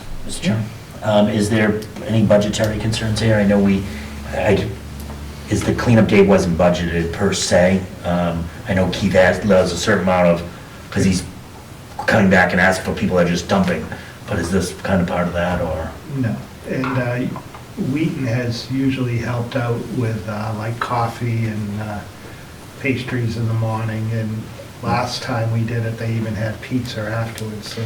Is there any sponsorships? Are you going to be going after any sponsorships in town? We may, if we need some funds, yeah. Okay. I thought the last time was the cookout at Bog Iron. That was like almost 3 years ago. There was one, I thought it was COVID, and we did one in between? Yeah, we did one. The one in 2019 was at Bog Iron afterwards. And then the next And there was one in 2020? COVID, I don't think so. Yeah, that was COVID, right? Yeah, Okay. yeah. All right, so Saturday, April 23rd. Not to be confused with Sunday, April 24th, Meg's birthday. Or Friday, April 22nd, Earth Day. That's a real power week right there. All right. Christine, thank you very much for championing that and pushing it out. That's going to be great. Just gotta get things cleaned. Absolutely. What always blows my mind is the number of people who pick up dog poop in the bags and then throw the bag into the woods. Makes no sense to me. You're just adding a step, and anyway. That was random. Just an aside. It's been a long day, Michael. Obviously. Last item under new business is discussion on charter review committee.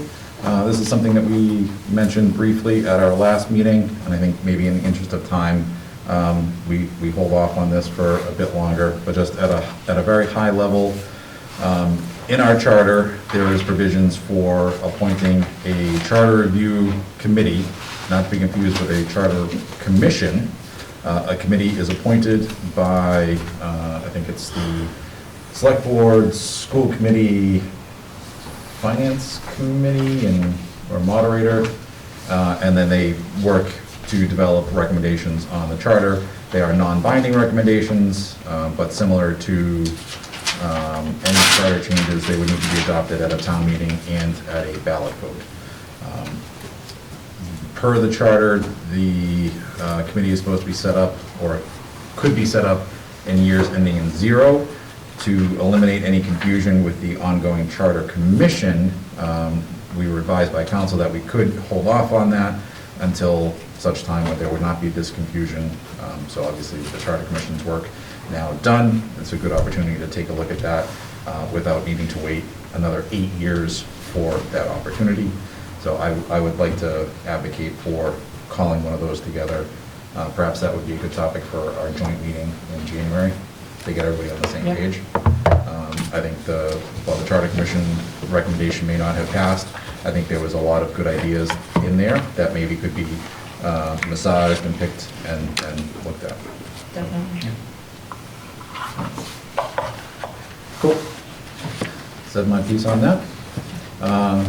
Moving on to old business, a review, discussion, and/or vote on host community agreement templates. I would Shall love we or to will pump we? this. Yeah. Are you ready? I would love to pump this. We'll be quick. So I'll review the changes from the last meeting that we discussed, just so everybody is comfortable with those. But let me first share with you the advice from town council and the question about the meeting and I guess I'll say validity of the word shall within the contract. And of course now the town email is posting up. So give me a second.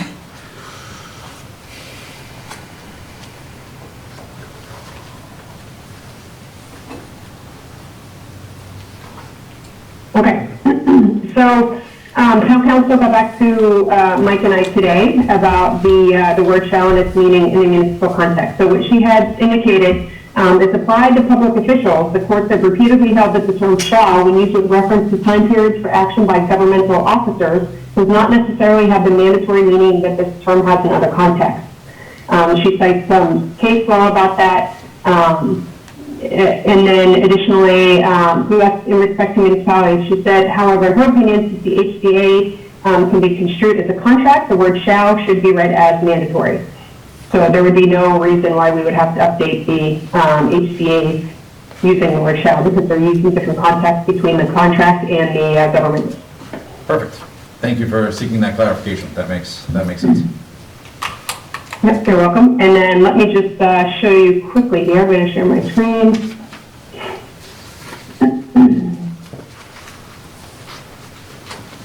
I'm going to scroll real quick. Can you see my screen? Getting there. Okay. Yep. I'm going to scroll, so it might take a second just to load. There, I believe, are 3 items. So the first one that we had modified at our meeting was in respect to police officer training, that we included the additional information about chronological order. So the costs are incurred chronologically based upon the date of other agreements with the town of Norton. So that just says that the first HCA would pay for the first officer, the second would do the second officer, and so on and so forth, depending upon how many were in the town. Excuse me. Additionally, we changed, I don't know if this happened during the meeting, but there was some confusion about the advertisement and like priority availability to Norton for hiring. And so this language was changed to just show that it was prior to the commencement of operations, not prior to initially hiring any new employee, just to be clear that it was more of a one-time item that we wanted for the town of Norton to have as a benefit for the HCA. Not that it would be every time they hire an employee. And I believe there was one more change. The change under odor control technology, just noting that the town will notify the company upon receipt of a complaint. And I think that was in there initially, but I just wanted to highlight it again. That came back from one of our discussions. Okay. Otherwise, there weren't any other changes to the document from our discussions last meeting. Any questions or additional concerns? No, you've done an amazing job on it. I mean, it's... You're in charge now. No. Yeah, I think you touched on all the things that we talked about last meeting, so I think that's good. And I know all my concerns are taken care of, so I think you guys did a really good job working on this. And now you can have it all streamlined and cleaner. Yeah, and up to date. You know, we were missing a lot of the elements that had changed over the past couple of years, so it gives us an opportunity to kind of have a nice, clean template to provide.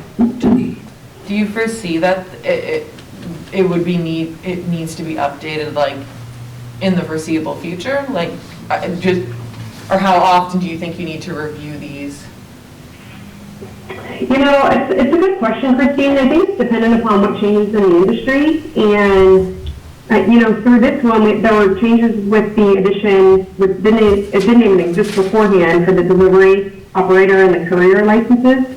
So those were even, I mean, I remember talking about them, but they weren't part of the industry and part of the regulations, so we didn't even consider it. So I think it's going to be a balance between what we learn as these businesses open up, what we learn through the negotiation process, as well as how the industry changes.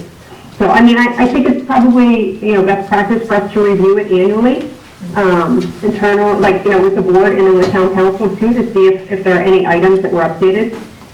You know, the major portion of this one was updated when we started talking about delivery, and KP Law had an updated template. So then we incorporated the pieces of that together, and then we made some changes based on questions that we had, you know, at the board, like the paying for the police officer that you brought up, or paying for the police officer's training that you brought up, and then, you know, just in general discussion. So I think it's just a process. It's going to be an evolution of us getting better at what we do, learning more about it, and accounting for the changes in the industry. Thank you. So with that, can I motion that the board approve the updated host community agreement template? Accepts or approves. Is it accepts or approves, Renee? I'm sorry? Maybe I'm splitting hairs here. Is it accept or approves? I would say approve. How about we say accepts and approves? And then just cover There you it. go. Is it splitting hair, right? I'll amend my motion, that the board accept and approve the updated host community agreement template. Will it or shall it? Stop. Seconded. Seconded. In this case, Mike, it must, you're a government official. All right. And I seconded. All right, so we have a second from Michael. Renee? Yes. Meg? Yes. Christine? Yes. Michael? Enthusiastic eye. All right, regular old eye for me. Excellent, thank you, Renee, appreciate that. That concludes old business. There's nothing in the town manager's report. Just one quick thing, I just want to thank everybody that helped out on the lighting on the common for the holidays, especially the Lions Club for stepping up and doing what they did, and it was a good event. The dancers did great, and I want to thank them for that. And the Mayor Norton was there. Excellent, great job. Select board report and mail. Anybody have anything? I don't dare. All right, well, I'm gonna hit myself with the gavel. There's one thing I'd just like to mention to the board. I think I may have mentioned it to Mike originally and maybe one other person. A few months ago, we were approached by a few residents in town about, is it the Norton Cares Fund, Mike? We met with Mary Ann Dempsey. There is a fund that's been set up in the town that's been around for quite a while. The Norton Cares Fund, not to be confused with the CARES Act. And this is a fund that can be used to support residents in need, and I think a different context than some of the other charities in town. It's a bit more, it goes through your office, and it can be a number of things that can go through. The context of why this came up was with the approval of the debt exclusion. Obviously, we heard a few really impassioned stories from folks at town meeting about how their financial situation was already strained and concerned about that. So we were asked to try to do any sort of outreach we could to fundraise for this account. What I would like to propose for consideration is to do something I would tentatively call like One Norton Day, and work with some of the businesses in town to create some sort of fundraising activity. I'm certainly open to ideas to make this better, but in my head, it would be basically a sponsorship, and a business could donate a certain percentage of sales for that particular day. And it could be pitched as Norton residents supporting Norton businesses, supporting Norton residents. So you go to, say, Mac and Waltz, and they're a silver level sponsor for 10% of their sales. 10% of your meal goes to that. They could also have a donation box there, and all that money goes into the CARES fund. I think it's a great way to get multiple layers of support and just really focus on the way the community pulls together to support one another in times of need, as we've seen so often over the past 2 years. So, don't need to get into any further discussion, but perhaps as we approach the new year, we can think about that. And Christine, if you wouldn't mind honing in on that, I think perhaps setting it up on the community cleanup day, again, would really reinforce that whole message of community coming together. You work for 4 hours in the hot, hot sun, go down to Home Plate or Mac and Waltz or Bog Iron and have a meal, and you're doing more good after that. So. Yeah, that'd be perfect. So we'll see. That's my spiel. Anything? See nothing else? No. All right. Warrants and minutes. Alrighty. So I have approved payroll warrant PR 22-12 for the week ended November 27th, 2021. Warrant dated December 2nd, 2021. In the amount of $1,966,497.75. Invoice warrant AP 22-22 dated November 24th, 2021. In the amount of $1,548,547.32. Invoice warrant AP 22-23 dated December 2nd, 2021. In the amount of $589,393.20. And lastly, invoice warrant AP 22-24 dated December 9th, 2021, in the amount of $970,760.56. Just say that number again, Chuck. Which one? The last number. $970,790.56. He said 16. Okay. All right. Very good. Which brings us to our minutes. So I know when last we spoke, we were going to go through all those. I actually took Christine's comments to heart about, everyone should be reading all of them. So I've gone through. I'm comfortable with what that's there. I'm comfortable. Do we have any that anyone may have an issue approving? Jack, I have some updates on the open session for October 14th. I need to send a Jen. Okay. All right. So with that, I would entertain a motion to approve the following minutes.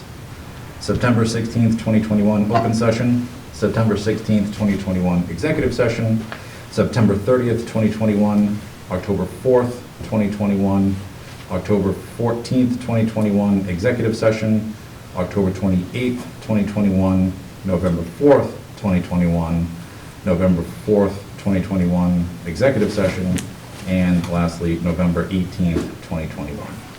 So moved. Second. Okay? Can I have a discussion? Renee, did you say you needed to review the October 4th? No, I have to change it to October 4th. I'm sorry, October 14th. Did I say the 4th? I don't I remember. meant the 14th if I did. Yep. Jack read it right. Jack read it right. Okay, I misheard. Okay, sorry. Thank you. All right. Okay. Do we have a motion? Do I have a second? Second. Okay.